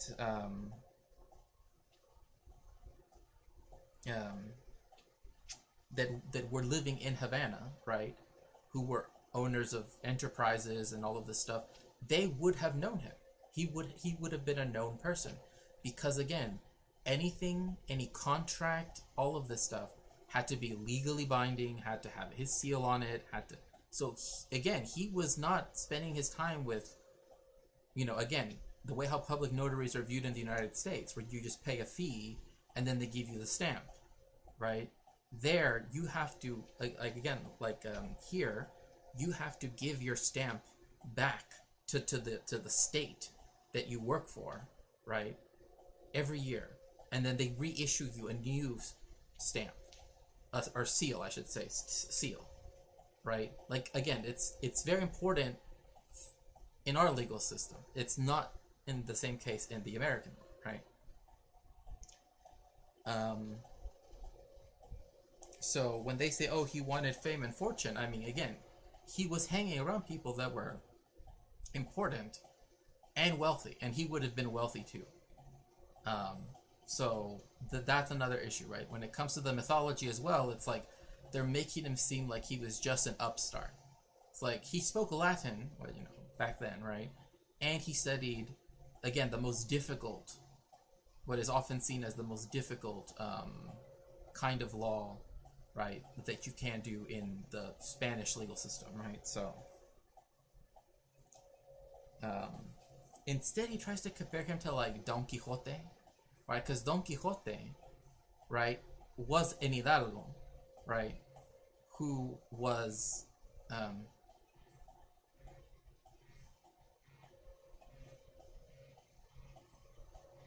oh, I'm so sorry about that. Hopped into Discord. Yeah, no worries about it. Oh yeah, I'll probably have to change it then. But thank you for letting me know. I appreciate that. Yeah, and Chris is very knowledgeable indeed. I hope that when we speak, that we can have a good period of time to discuss. Um,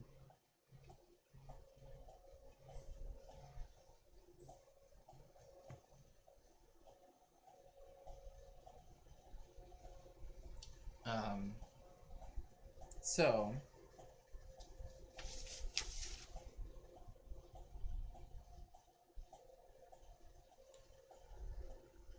one other thing, right?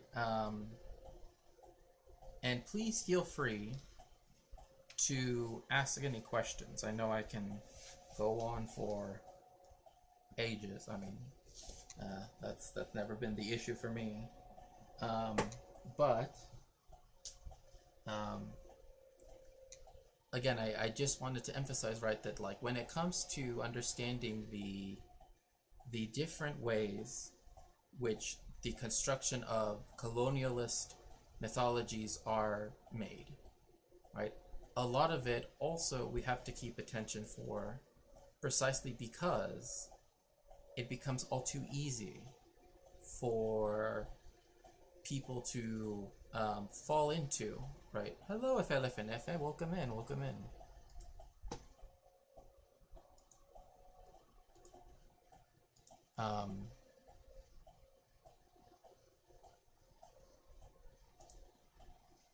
How are you doing? It's funny, I was just talking about how, like, notaries, like, I mean, in Mexico, but also, like, in the Spanish-speaking world, like, how they're very different from notaries in America.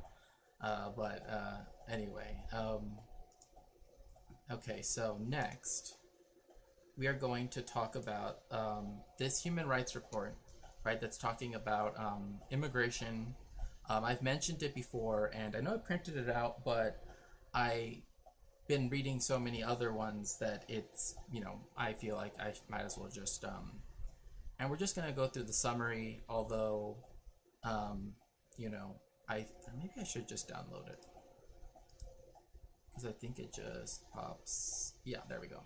Okay, so it's called We Need to Take Away the Children, right? And that is what was said, right? That is what was said. So nice to see you. And you know, you see this child, right, running away, and yeah, it should bring us pause, I think. Let's see here, which one looks better? Maybe a little bit less. Okay, there we go. So this was done, and again, this is not the most recent report, but it is one of the more recent reports that Human Rights Watch has done with the Texas Civil Rights Project, and with the Allard K. Lowenstein, which also, if you would care to, again, it's totally, if you are able to, you can always help my research by going to throne.com/Shakespeare, right, which I think should be over here, yeah, 52% on a book by someone else whose surname is Lowenstein, but it's called the Palestine Laboratory. So,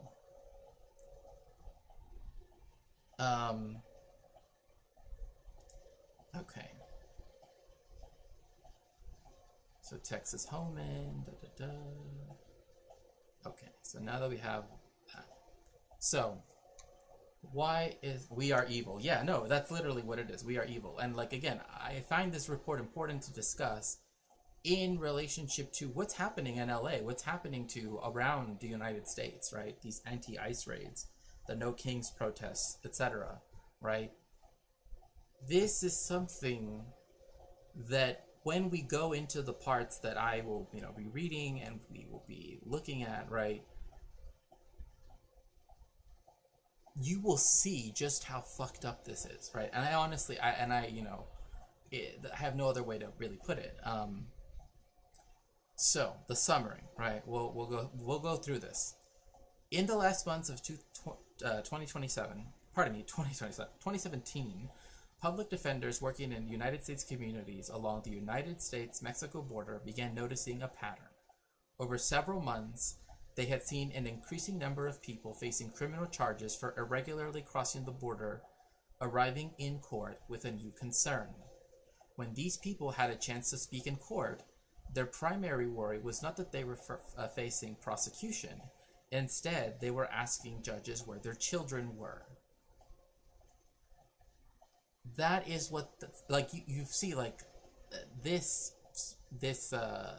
the charges, right, that for irregularly crossing the border, it's literally like the lowest class of misdemeanor, right? And we're actually going to go through that, right? But that wasn't even their concern. They're like, I don't care that you're taking me to, to prosecute me. Where are my children, right? And so these public defenders were seeing in the early days of the forcible family separation policy put in place by the administration of U.S. President Donald J. Trump and developed in a larger context of overheated, dehumanizing, and at times racist official rhetoric towards migrants. The policy began in March 2017 as a pilot program in and around El Paso, Texas. Now, previous streams, we've talked about the history of the mass deportations of Mexicans from the United States, right? It's happened before. First in the 30s, over 2 million people were expelled. And then in 1954, right, Operation Racial Slur, over 1 million people were expelled. 60% of both those instances were documented, right? They were either American citizens or documented, right? So they had every legal right to be here, to be in the United States, I should say. Hello, Rubber Room Ratty. Welcome in. It's good to see you in Twitch chat. I'm also now one of Chris's chat moderators. We're opening up a Discord server for him this week, hopefully. Oh, awesome. Oh, thank you so much, Mediocre Violet. That's very, very kind of you. I appreciate that.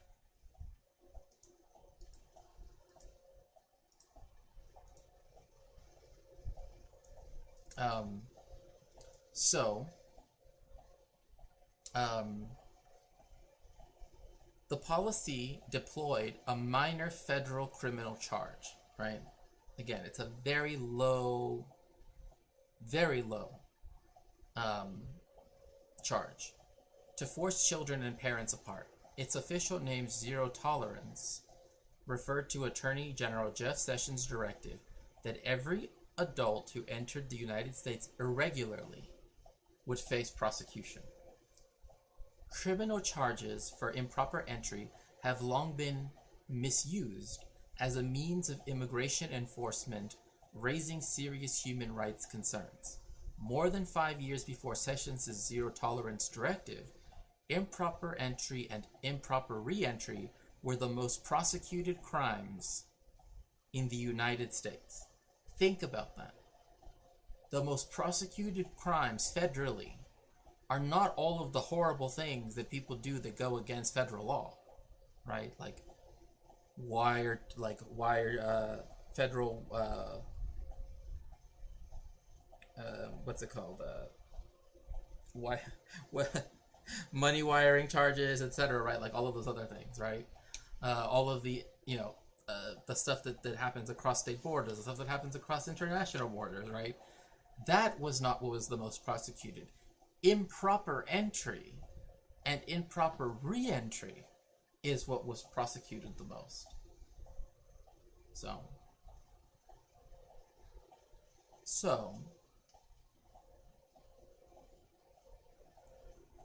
as misguided and abusive as this earlier use of such charges was, it had not deliberately targeted children and their parents.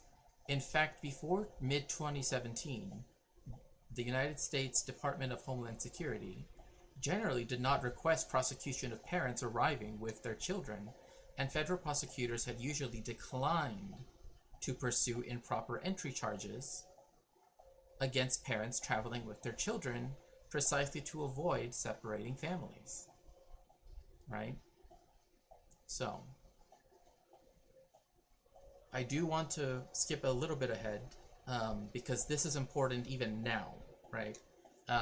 Unaccompanied migrant children are entitled specific protections, In response to a course settled in 1997, Flores versus Reno, care of unaccompanied children is the responsibility of the Office of Refugee Resettlement, an agency of the United States Department of Health and Human Services. So again, not ICE, not DHS, not the Border Patrol, Health and Human Services, and its agency, the Office of Refugee Resettlement. A 2008 anti-trafficking law requires DHS to transfer unaccompanied children to the Office of Refugee Resettlement, ORR, usually within 72 hours. This is not happening.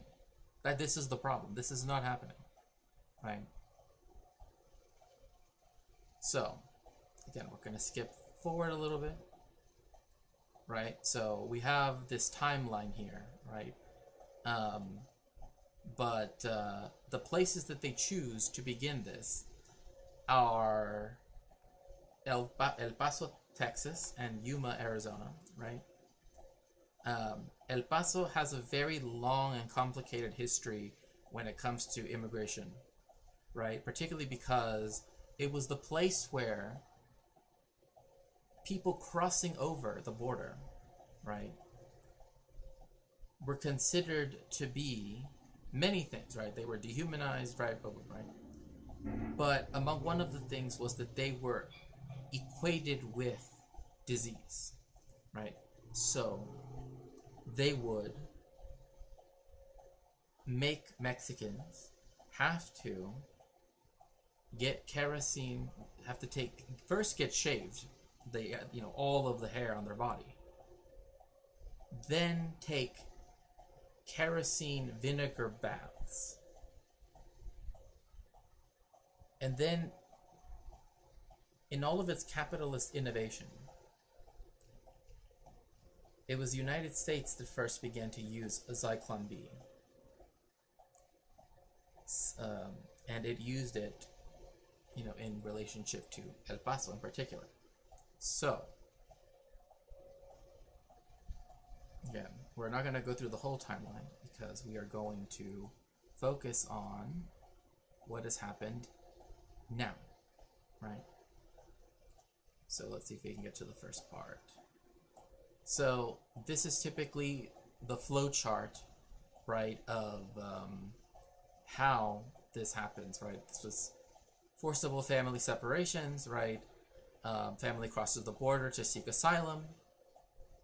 They present and turn themselves into a U.S. Border Patrol agent to seek asylum, and then they are put in la hielera, right? The freezer. Border Patrol detains them in the freezer because it is literally meant to be as cold as possible. It is to keep you as uncomfortable as possible, right? Then the families are taken to processing centers that hold people in rows of caged pens that are often called, right, la perrera, or the dog kennel, right? So when families are brought into the processing center, right, the parents are charged with improper entry, which is a misdemeanor. The children do not face criminal charges. For now, anyway. U.S. Customs and Border Protection, the agency that includes Border Patrol, transfers the parents to the custody of the U.S. Marshal Service, which transports them to and from the federal courthouse. Right, and this is talking about a very specific case. Once parents are in the custody of the U.S. Marshal Service, CBP treats their children as unaccompanied. By law, CBP must ordinarily transfer unaccompanied children to the Office of Refugee Resettlement within 72 hours. So again, the moment that the separation occurs by way of CBP, because they have to transfer custody to the U.S. Marshal Service, they use that as the legal pretense to say that the children are now unaccompanied and therefore must be taken away. This is why the title is "We Must Take the Children," because that is literally what they say. We must take the children. They're quickly convicted, the parents are, often to the time they've already spent in detention. So again, it's usually time served, as they might call it. The ORR places the children in shelters, which can be located anywhere in the United States. Like, you could be at El Paso and then they end up in Arkansas. Your kids end up in Arkansas. They could end up in Maine. They could end up in Montana. When they return to CBP custody, right, they discover that their children are gone. And what does CBP say? Well, they were not in our custody. Right? The children don't know where their parents are. CBP's individual records for parents or children are not linked and do not systematically note separation. So they make it so that the children and the parents each get their own separate forms, so that there can never be, right? So it can never be said that they were actually together at one point. That is something that they have put in the bureaucratic system itself, right? So ORR does not routinely know that children have been separated from their parents, because that is not what they are there to do, right? They are there to help resettlement, right? That is its mandate, right? So they don't know.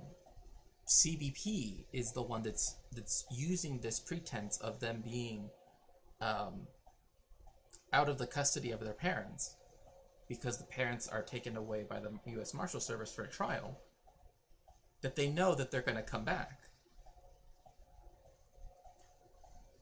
They are treated worse than the pets of the people who are arrested. That's actually something that I have heard people say, like, essentially, to translate it into English, in America, los gringos treat dogs better than they treat, than they treat Mexicans or, or BIPOC, right?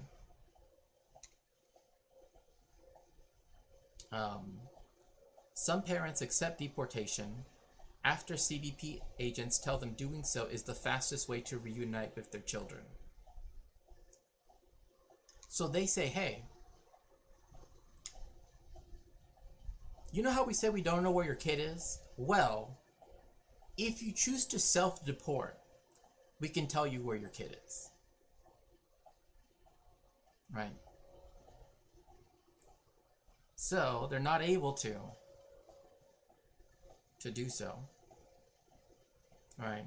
And so the ORR does what it's supposed to do.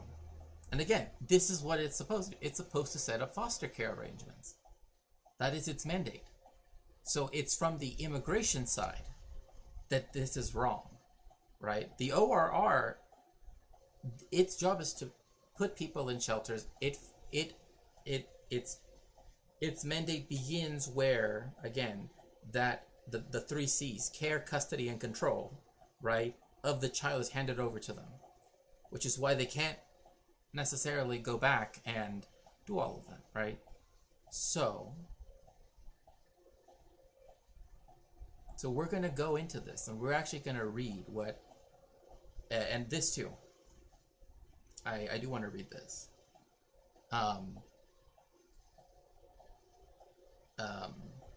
The report uses refugee as a person who meets the criteria in the 1951 Refugee Convention and its 1967 protocol, under which a refugee is a person with a, quote, well-founded fear of being persecuted for reasons of race, religion, nationality, membership of a particular social group or political opinion, end quote, who is outside of the country of nationality and is unable or unwilling because of that fear to return.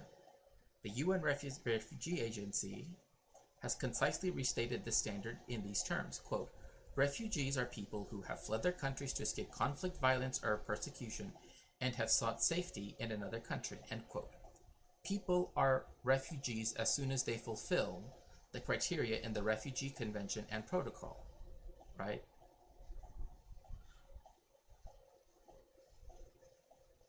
So this is, in essence, what they have here, right? A person is a refugee within the meaning of the 1951 Convention as soon as he fulfills the criteria contained in the definition. This would necessarily occur prior to the time at which his refugee status is formally determined. Recognition of his refugee status does not therefore make him a refugee, but declares him to be one. He does not become a refugee because of recognition. He is recognized because he is a refugee. Okay? It's a lot more children. That should qualify as torture. No, it should. I still cannot connect how they can justify child. Well, because again, for them, deportation is the only thing that they care about, right? It's getting rid of people. At the end of the day, that's all they care about, right? It happened in Obama's last term. Oh, it started in 2017. It happened under Trump's first term. So again, it's very important for me to state this because I know legal language. I know we were going over a little bit earlier. It does not take the United States to say we think this person is a refugee for you to be a refugee. The United States has to recognize you as a refugee because you are one, right? States can only recognize, right? You do not become one whether they recognize or not, right? You can be recognized one. You are one the moment that you fulfill the criteria, right? No state has the right under international law to say, actually, this group of people we actually don't consider refugees, right? And we're going to put conditions on whether we do or don't, right? It's quite simple. You are recognized because you are something. Again, even international law, has this concept plainly laid out that you are a refugee because you're a refugee. You know that you're a refugee. It doesn't matter if the United States doesn't want to recognize it. Their recognition doesn't matter, right? You are one. It's so psychologically damaging to a child to be forcefully separated. Even they're eventually reunited, they will carry that trauma on for the rest of their lives. And this is happening more and more and more and more as days go by. That is why people in LA got upset when they arrested that 4-year-old child. I've heard of all the redadas that have been happening when they were at Northgate Market, in Inglewood, when they were at, all over LA. Because I used to live in LA.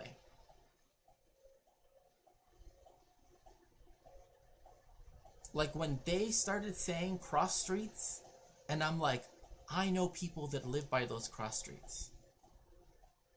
I'm praying that nothing happens to them.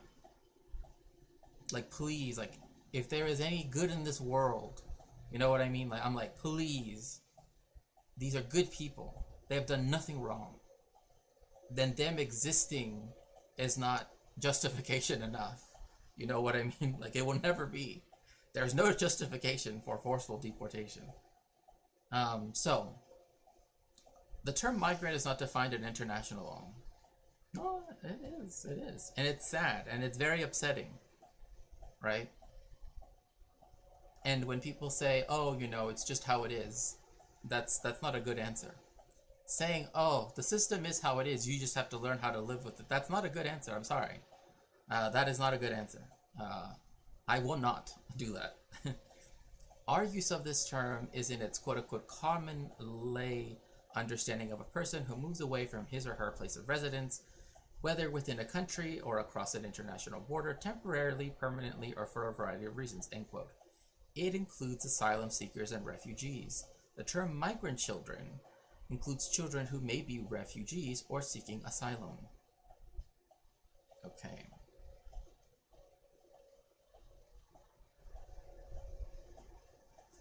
So here are specific examples that they have cited, right? And this goes to what you were just saying. violist.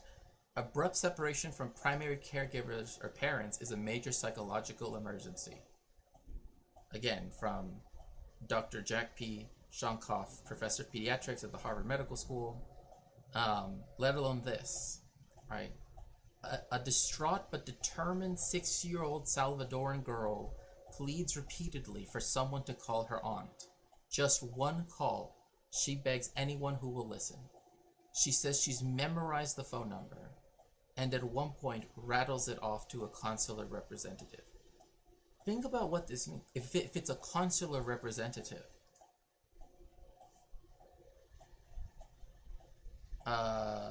there's more background on how it works here, which I found. If you could please put those links in Discord, that would, because typically only mods can put links in Discord chat.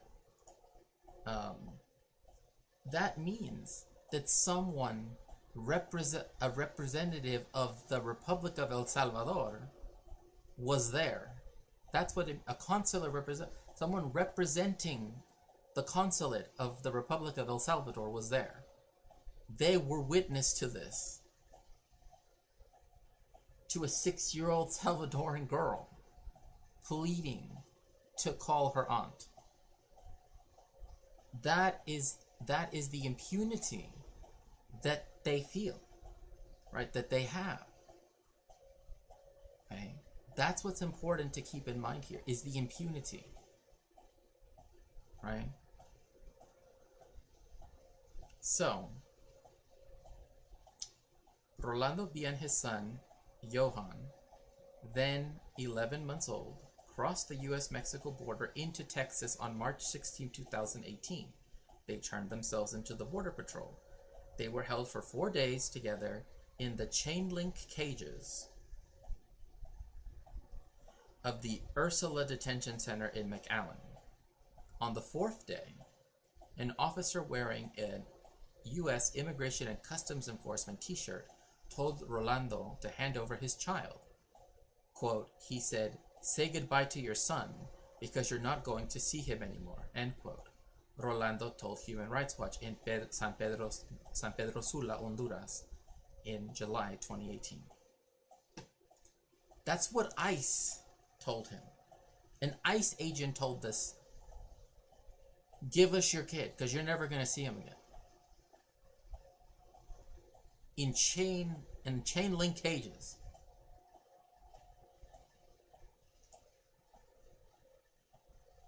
Well before March 18th, right, there had been ample indication that the U.S. government was considering family separation. John Kelly, the then Secretary of Homeland Security, had publicly floated the idea for 12 months before, and then quickly walked it back. But Attorney Jeff Sessions did not issue his zero-tolerance policy until April 2018, and the U.S. Department of Homeland Security did not implement it along the border until the following month. Okay? So the whole point is, oh yeah, they walked it back, right? But they still implemented it. Still implemented it. Why though? It doesn't make sense.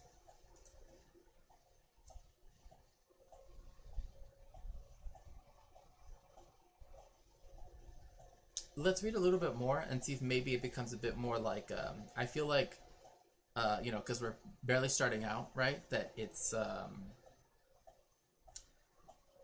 as Rolando and Johan's cases illustrates, however, the U.S. government has been separating children from families well before Sessions formally issued the policy. In addition to carrying out a targeted pilot program in New Mexico and western Texas, the U.S. government had, elsewhere along the border, quote, quietly begun taking hundreds of children away from their parents to deter would-be asylum seekers from coming to the United States, end quote, according to Lee Gilland of the American Civil Liberties Union, just a few days after U.S. border agents forcibly separated Rolando and Johan. The ACLU asked a federal judge to issue a nationwide injunction to stop the practice. So, that is one of the reasons why. They want to they have taken away hundreds of children, right? Because they want to use them as leverage, as what do you what, I don't know, what would you call this, as ransom almost, right? To make it so that the parents, right, would say, okay, fine, we'll leave, like hostages, right? Exactly. That is why they are targeting children, because they know they are using the protections that are afforded to them as a way to hold them as hostages against their parents.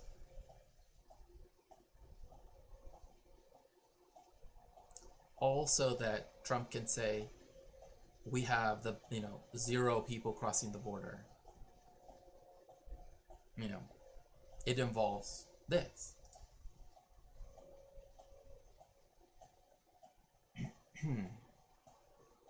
Most of these separations were of children from parents who had entered the United States irregularly.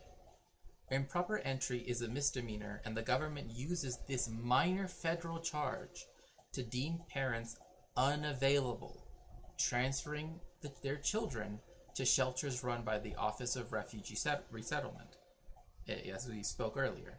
In addition, U.S. Customs and Border Protection separated dozens of children from parents who had requested asylum at ports of entry, cases that involved no improper entry whatsoever. So remember that. Whether there was improper entry or not, right, they still took the children, following vague guidance and in many instances for reasons that appear to be inconsistent with CBP policy. So it doesn't even matter about following, right, so to speak, the law, right? There is a pretense of following it, right? Oh, well, we have to do this because now they are unavailable. The parents are unavailable, so now the children are.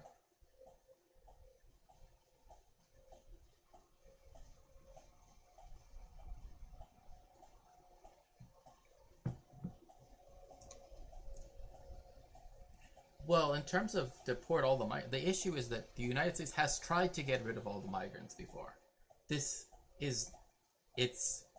would be, currently, from what I know, the numbers are about 111,000 people have been deported thus far. But again, I already gave you the 2 examples, right, of twice before. And they actually use that. They actually were able to use reactionary unions, right, like the AFL, right, the American Federation of Labor, right, which is now the AFL-CIO and has changed, but, there is a reason why, people still feel a little bit, hesitant to join that union, right? Because in the 1930s, that is exactly what the whole "they took our jobs" and all of that stuff comes from the lead up to the 1930s mass expulsions, what is called the Decade of Betrayal, right? Where people did say, oh, you want higher wages, you want jobs? Well, if you get rid of the immigrants, then you'll get jobs, because getting rid of their jobs makes you more jobs somehow, right? That's part of the thing, right? They use it so that then they can justify the extreme violence that was done from the municipal level all the way up to the federal level. I even have the congressional report, like the actual minutes from Congress, right, where it says oh, this is to establish concentration camps, right? I'm not even joking. This is stuff they said back then. They used these words, concentration camp. They use those words, right? Remember, it's America that up until 1938 was the sole, country. Well, not the sole country, but it's the one that inspired the Germans to use Zyklon B, right? Right? It was a 1938 paper that spoke about America's use of this delousing agent, right? This pesticide, Zyklon B, that then brought it to Germany's attention. So they did want to expel the immigrants. They did want to do it then. In fact, and again, they got rid of 60% both times. Both times. The 2 million and then the million in the 50s. So over 60% of the people that were forcefully deported were either American citizens or of legal status, right? So it has nothing to do with them being illegal, right? Like, that's pretense. That's the thing I'm trying to get at. That's pretense.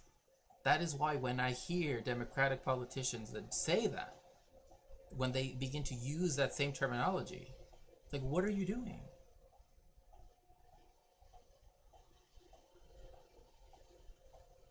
You know, among other politicians, but I'm just saying, right? Like, so it's a confluence of interest of drives that leads to this. Very well put. Very well put. So the logic of the nation state, exactly right. So by June 2018, with zero tolerance in full swing. Forcibly separated parents were arriving at federal courts anxious to know when they would see their children again. Quote, all the parents asked about their kids, but the judge said he was not there to handle the children. He was just there to sentence us for the crime of crossing the river, end quote. A 28-year-old Honduran woman told members of a volunteer of lawyers monitoring compliance with Flores versus Reno settlement agreement, which set minimum standards of care for children in immigrant detention. Okay. The logic of borders, exactly. And tomorrow in the QC, I'm going to be, we're going to continue our reading of border optics, right? Which again goes into all of this stuff, right? Even more so, how we think, even how we live in relationship to borders is something that is, mediated in so many different ways. Most parents later learned that their children had been or were about to be sent to an ORR shelter, but in at least one case, a woman returned from court to learn that her 13-year-old son had been returned to Mexico. Literally the only difference between legal migrant and illegal one is paperwork. Right, and they are unwilling to facilitate that paperwork. Instead, they're willing to illegally deport a child. Because that's, she again, remember, we went through the flow chart earlier, right? The U.S. Marshal Service takes the parents to the courthouse, the federal courthouse, and then the children are considered, unaccompanied at that moment. They use this in at least one case, right here cited, to deport the child. A 13-year-old child.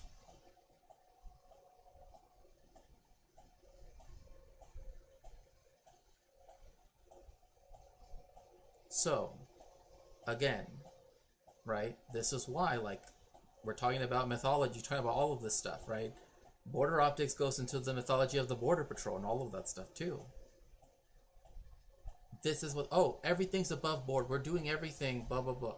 They deported a child. They use the excuse of, your parents are at court and they're technically not in our custody anymore, to deport a child.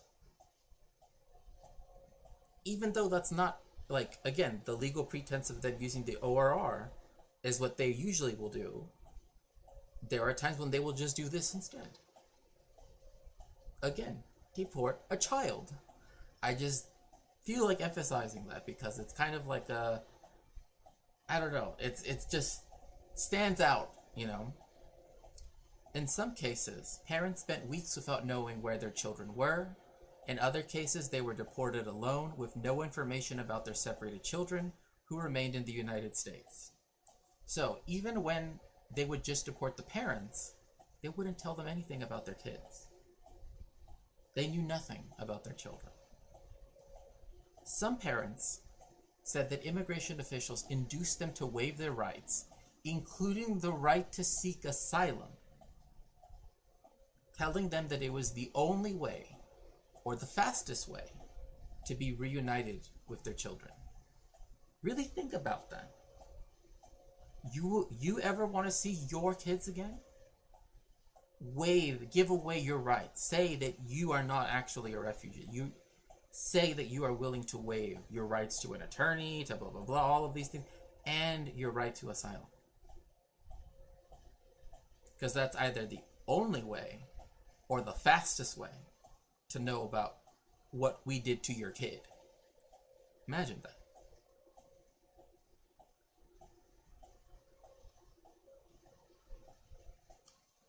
Hope I'm not the only one that thinks that that's horrifying.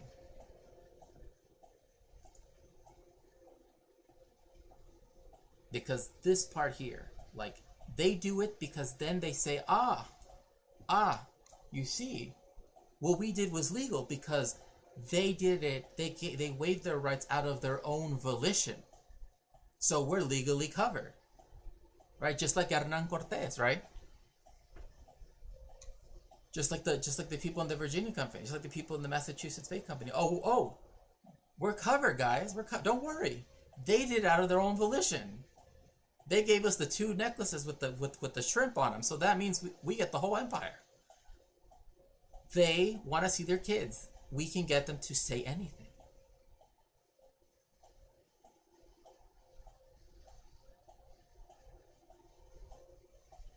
And it's either the only way or the fastest way that they will get to know what happened to their kids.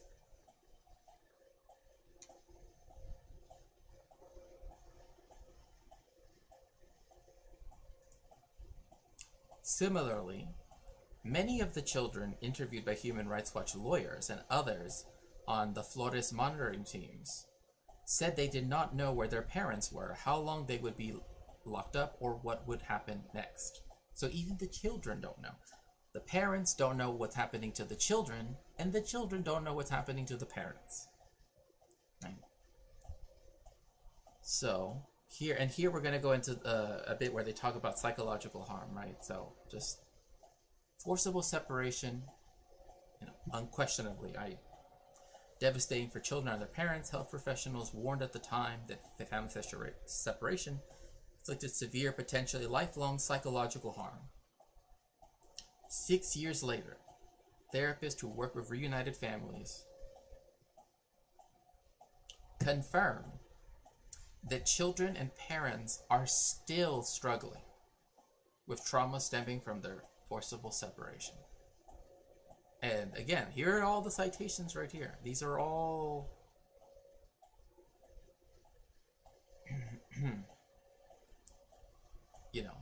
and again, it comes in this context, right? It was rolled out along the US-Mexico border as President Trump described migrants as these things and other overheated, dehumanizing, and racist terms. And remember, for this presidency, he kept invoking. There was a little operation in the 1950s called Operation WB. Again, Operation Racial Slur. You're telling me brown people have feelings, right? Operation WB. It's a racial slur against Mexicans. That's why I call it Operation Racial Slur, right? He was bringing that up because he, like Cortés, like other colonizers, knows that, well, there's my legal justification. It's written in the law. I can invoke it now. So,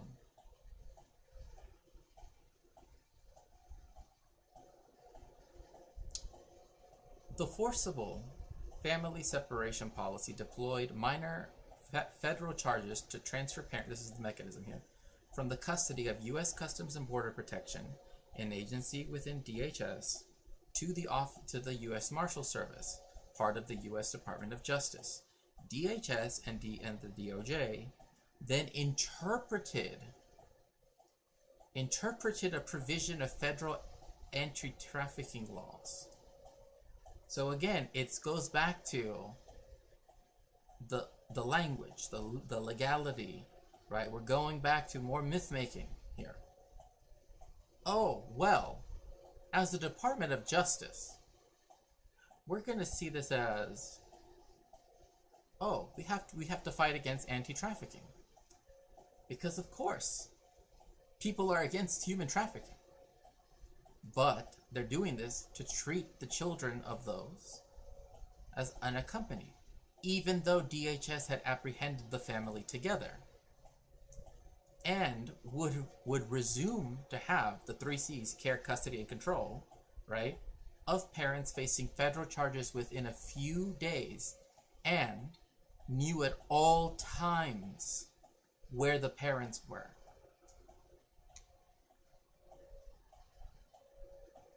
Again, DHS knows where their parents are. It knows that they're going to be brought back into their custody. Yet it still uses the children like this. It literally, again, like the title of this human rights report, we must take the children, right? That is all what's on their mind. We must take the children, we must use the children, right, for our specific purposes, which is to try to make sure that nobody tries to claim asylum, so that we have no people coming across the borders. And we can even make it so that, we're legally in the clear because they voluntarily, right, gave up their rights. But again, DHS knew where they were the entire time. So they're specifically doing this separation, knowing that this quote-unquote lapse in custody, right, was always going to be temporary, one, and two, that they do know where the parents are vis-a-vis the children, and yet they still have deported a 13-year-old child. So again, what I've noticed lately is that a lot of regular folks seem to speak about laws as if they're divine ordinances, not constructs written by people. Laws also have power through enforcement. Right, exactly. Like, that's why I'm saying, like, that's why, like, in the first part of today's stream, right, I was, like, saying, like, talking about how, like, Cortés, right, he's using, right, his knowledge of the law, right, as a way to, like, save himself, right, to justify his, treason, right, right, but doing so also then opens the way for him to become, a revered, I don't know by whom, but by many people, I'm sure, right, conquistador, right, of the Mexica, right, part of the myth of the conquest of the Americas, right. And so, same thing with even in Eliot's book, right? Oh, certainly the council chose a better choice of colonizer than the governor of than the governor of Havana did. How does a stock, you know what I mean? Like, how does the board of a company? They're more rational. They know the better colonization methods than the governor of Cuba. Like, are we really gonna play that game now? But it goes back to this idea, right? That it's like, oh, well, they thought of it as a profit-making venture, so it wasn't in their best interest, legally speaking, right? And yeah. Hence why Benjamin Netanyahu hasn't been arrested despite the ICC issuing their warrant. Right, and of course that is also because some countries said they were going to uphold it, then walked back on that, right? Saying, well, it is him, but technically, when he visits France, he's visiting as the office of the Prime Minister of the State of Israel, not as Benjamin Netanyahu, of course. As a and also legality, yes. Things which are morally correct and things which are legally permissible are not necessarily, are not the same. So,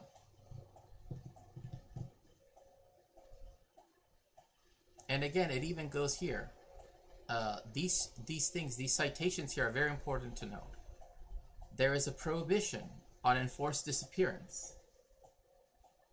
What is it? What is it that they are doing with these children if not disappearing them? Same with the prohibition of torture. Right? First step in this process was a federal crime charge of improper entry. First time improper entry is a misdemeanor. A federal magistrate judge described it as quite literally one of the least serious federal offenses. So even the judges themselves are like, I don't even know why this exists. These cases are often disposed in a matter of minutes and usually result in sentences of time already served. Improper entry charges have long been problematic. They were disproportionately used against people with no criminal record. So, oh, you have no criminal record. But now you do have one because you entered the United States improperly. So now we can say, you are a criminal. And that right there is why so much of this is very problematic, I guess. Or whose only convictions were for minor offenses, they effectively criminalized efforts to seek asylum. Right? In violation of international refugee law, and they inappropriately deployed criminal law to regulate migration. Remember, when they do that, when they charge you with a crime, or in this case a misdemeanor, and they do it so that way they can criminalize you, right, and your action of improperly crossing the border, they are now using criminal law to regulate migration. So this whole thing of,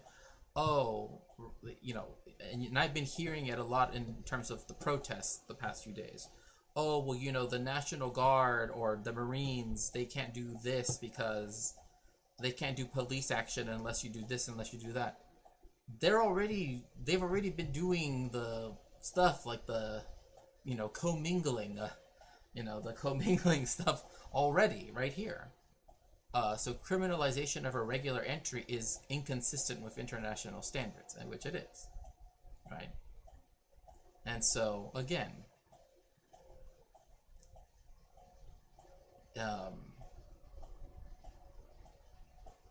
so this is going back over the, what is considered an unaccompanied child, right?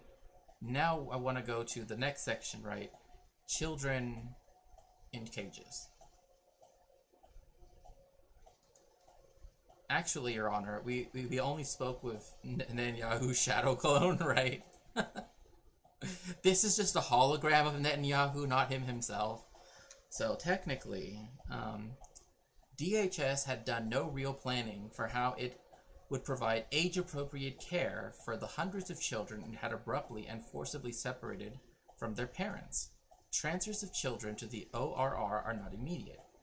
DHS, right, ordinarily has 72 hours to carry them out and is allowed more time in exceptional circumstances, like right now, right, because it's a state of exception, right?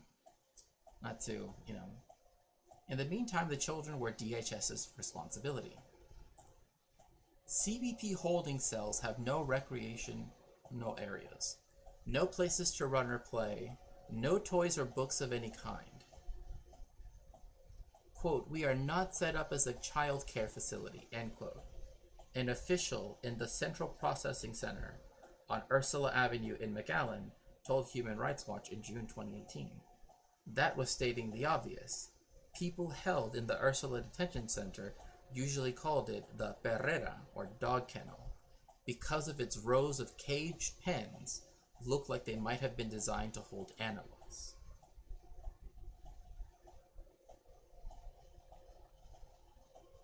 Okay. The only staff we saw were uniformed guards, a handful assigned to a cluster of cages that each held 20 to 30 children. Again, and these kids don't know each other, and people like to presume that they all speak the same language, but they don't, right? People from all over the world, indigenous people, right? Not everybody speaks Spanish, okay? There are not, Mexico and 3 other Mexican countries, as Fox News once said. So remember, they don't know each other. They might not know each other's languages.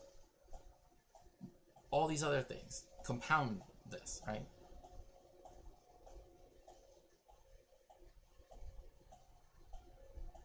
So, human rights watch lawyers and others taking part in Flores monitoring vision watched as hundreds of unaccompanied children, toddlers, teenagers, and all ages in between sat in Ursula's caged pens.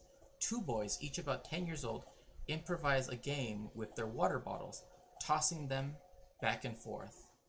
Most of the children huddled under foil blankets for warmth. Some looked bewildered and lost. The interactions with because I read this first, their interactions with the children, so the guards of the children, consisted almost entirely of barked commands.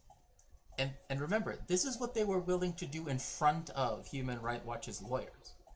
Like, they are there specifically to observe whether they are upholding, right, the Flores versus Reno decision. So they're barking commands at the children, either for individual children to come forward or for everybody in a particular area to move up to another or to line up for food.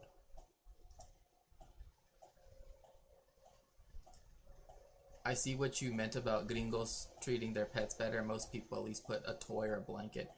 Yeah, I mean, it's very grim, right? You know, like it's one of the reasons why like I've been talking about like border stuff, right? Like all of these things. And it's like it always comes, you know, these things come back over and over again, right? These sort of images and the usage of similar devices of you know, and it's just, but yeah, no, yeah, hearing that from people that, you know, are even senior academics, right? When they say that, I'm like, wow, you know, for them to just say that is, you know, the cages were very cold, as were the holding cells in other border detention centers Human Rights Watch visited as part of the monitoring team. In fact, hielera, meaning freezer, is the term commonly used by detained children and adults, along with many border agents. So the border agents know that it's cold. They call it the freezer. So it's not just, because they will often say, oh, well, they're just exaggerating. I hear this a lot, right? Oh, of course, the blah, blah, blah. They're just exaggerating, right? Even the border agents say that it's a freezer. To refer to the Border Patrol holding cells other than Ursula, which is no less frigid, but stood out for its distinctively inhumane cages. Then again, I used to live very close to a slum and mentally blocked it out until I was 20. Well, I mean, human heat, quote, human heat was not enough to warm the babies, end quote, a 23-year-old Honduran woman told the inspection team. As in all immigration holding cells, the lights in the Ursula facility were on 24 hours a day and were never dimmed, with potentially severe physical and mental health impacts. Children found the experience disorienting. When Human Rights Watch interviewed a 13-year-old boy early on afternoon, he asked whether the sun had risen yet. Immigration holding cells have specific rules that children and their parents struggle to understand. Guards sometimes order children not to touch each other. All but the youngest children were usually held apart from parents, and men and women were separated, so members of a single family may be placed in 3 different cells. At Ursula, guards took some women and children, told some women and children they would be quote-unquote punished or quote-unquote deported right now for looking at each other while they were in cages. Right, they act as if someone just accidentally bumped the thermostat or someone, right? Exactly. And again, this is stuff that they said even in front of Human Rights Watch's lawyers. Because the lights, right? You know, people were talking about CCOT, right, in El Salvador, right, a few weeks ago, right, about how horrific it is. It's like, That is already in the United States at these places like this one on Ursula Street. They already don't turn off the lights. Imagine never like again, like the example that they gave of a 13-year-old boy being like, "Has the sun even risen yet? I can't tell." Right? Because they just always have the lights on. They don't dim them. They don't do anything. Right? There are things that would fall under, technically speaking, what is commonly known as the Istanbul Protocol, right? Which is what typically we use if we are talking about torture, right? So, but I don't know.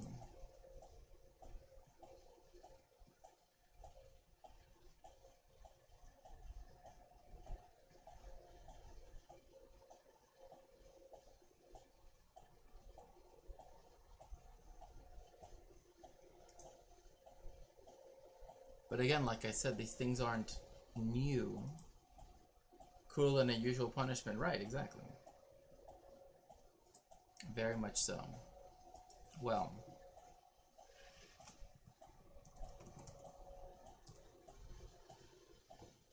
let's see here.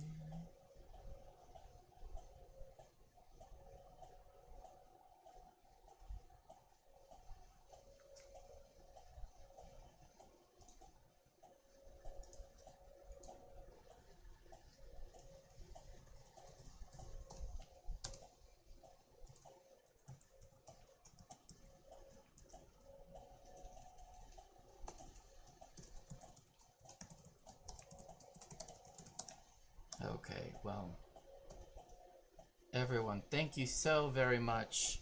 If you would all please get in the machine so we could head on over to James's stream. Thank you so much for joining me for this stream. I really enjoyed it. Hope you did too. And I will see you next time. Make sure to tell James hi for me. And as for you, on YouTube, they've never been charged. Right, exactly, they've never been charged. I technically can't do writing yet, so hopefully that changes soon. But until then, I don't know, Estelle, if you want to drop a link of someone that people could go head out to go after this, I would appreciate it. But besides that, again, thank you so much for joining me.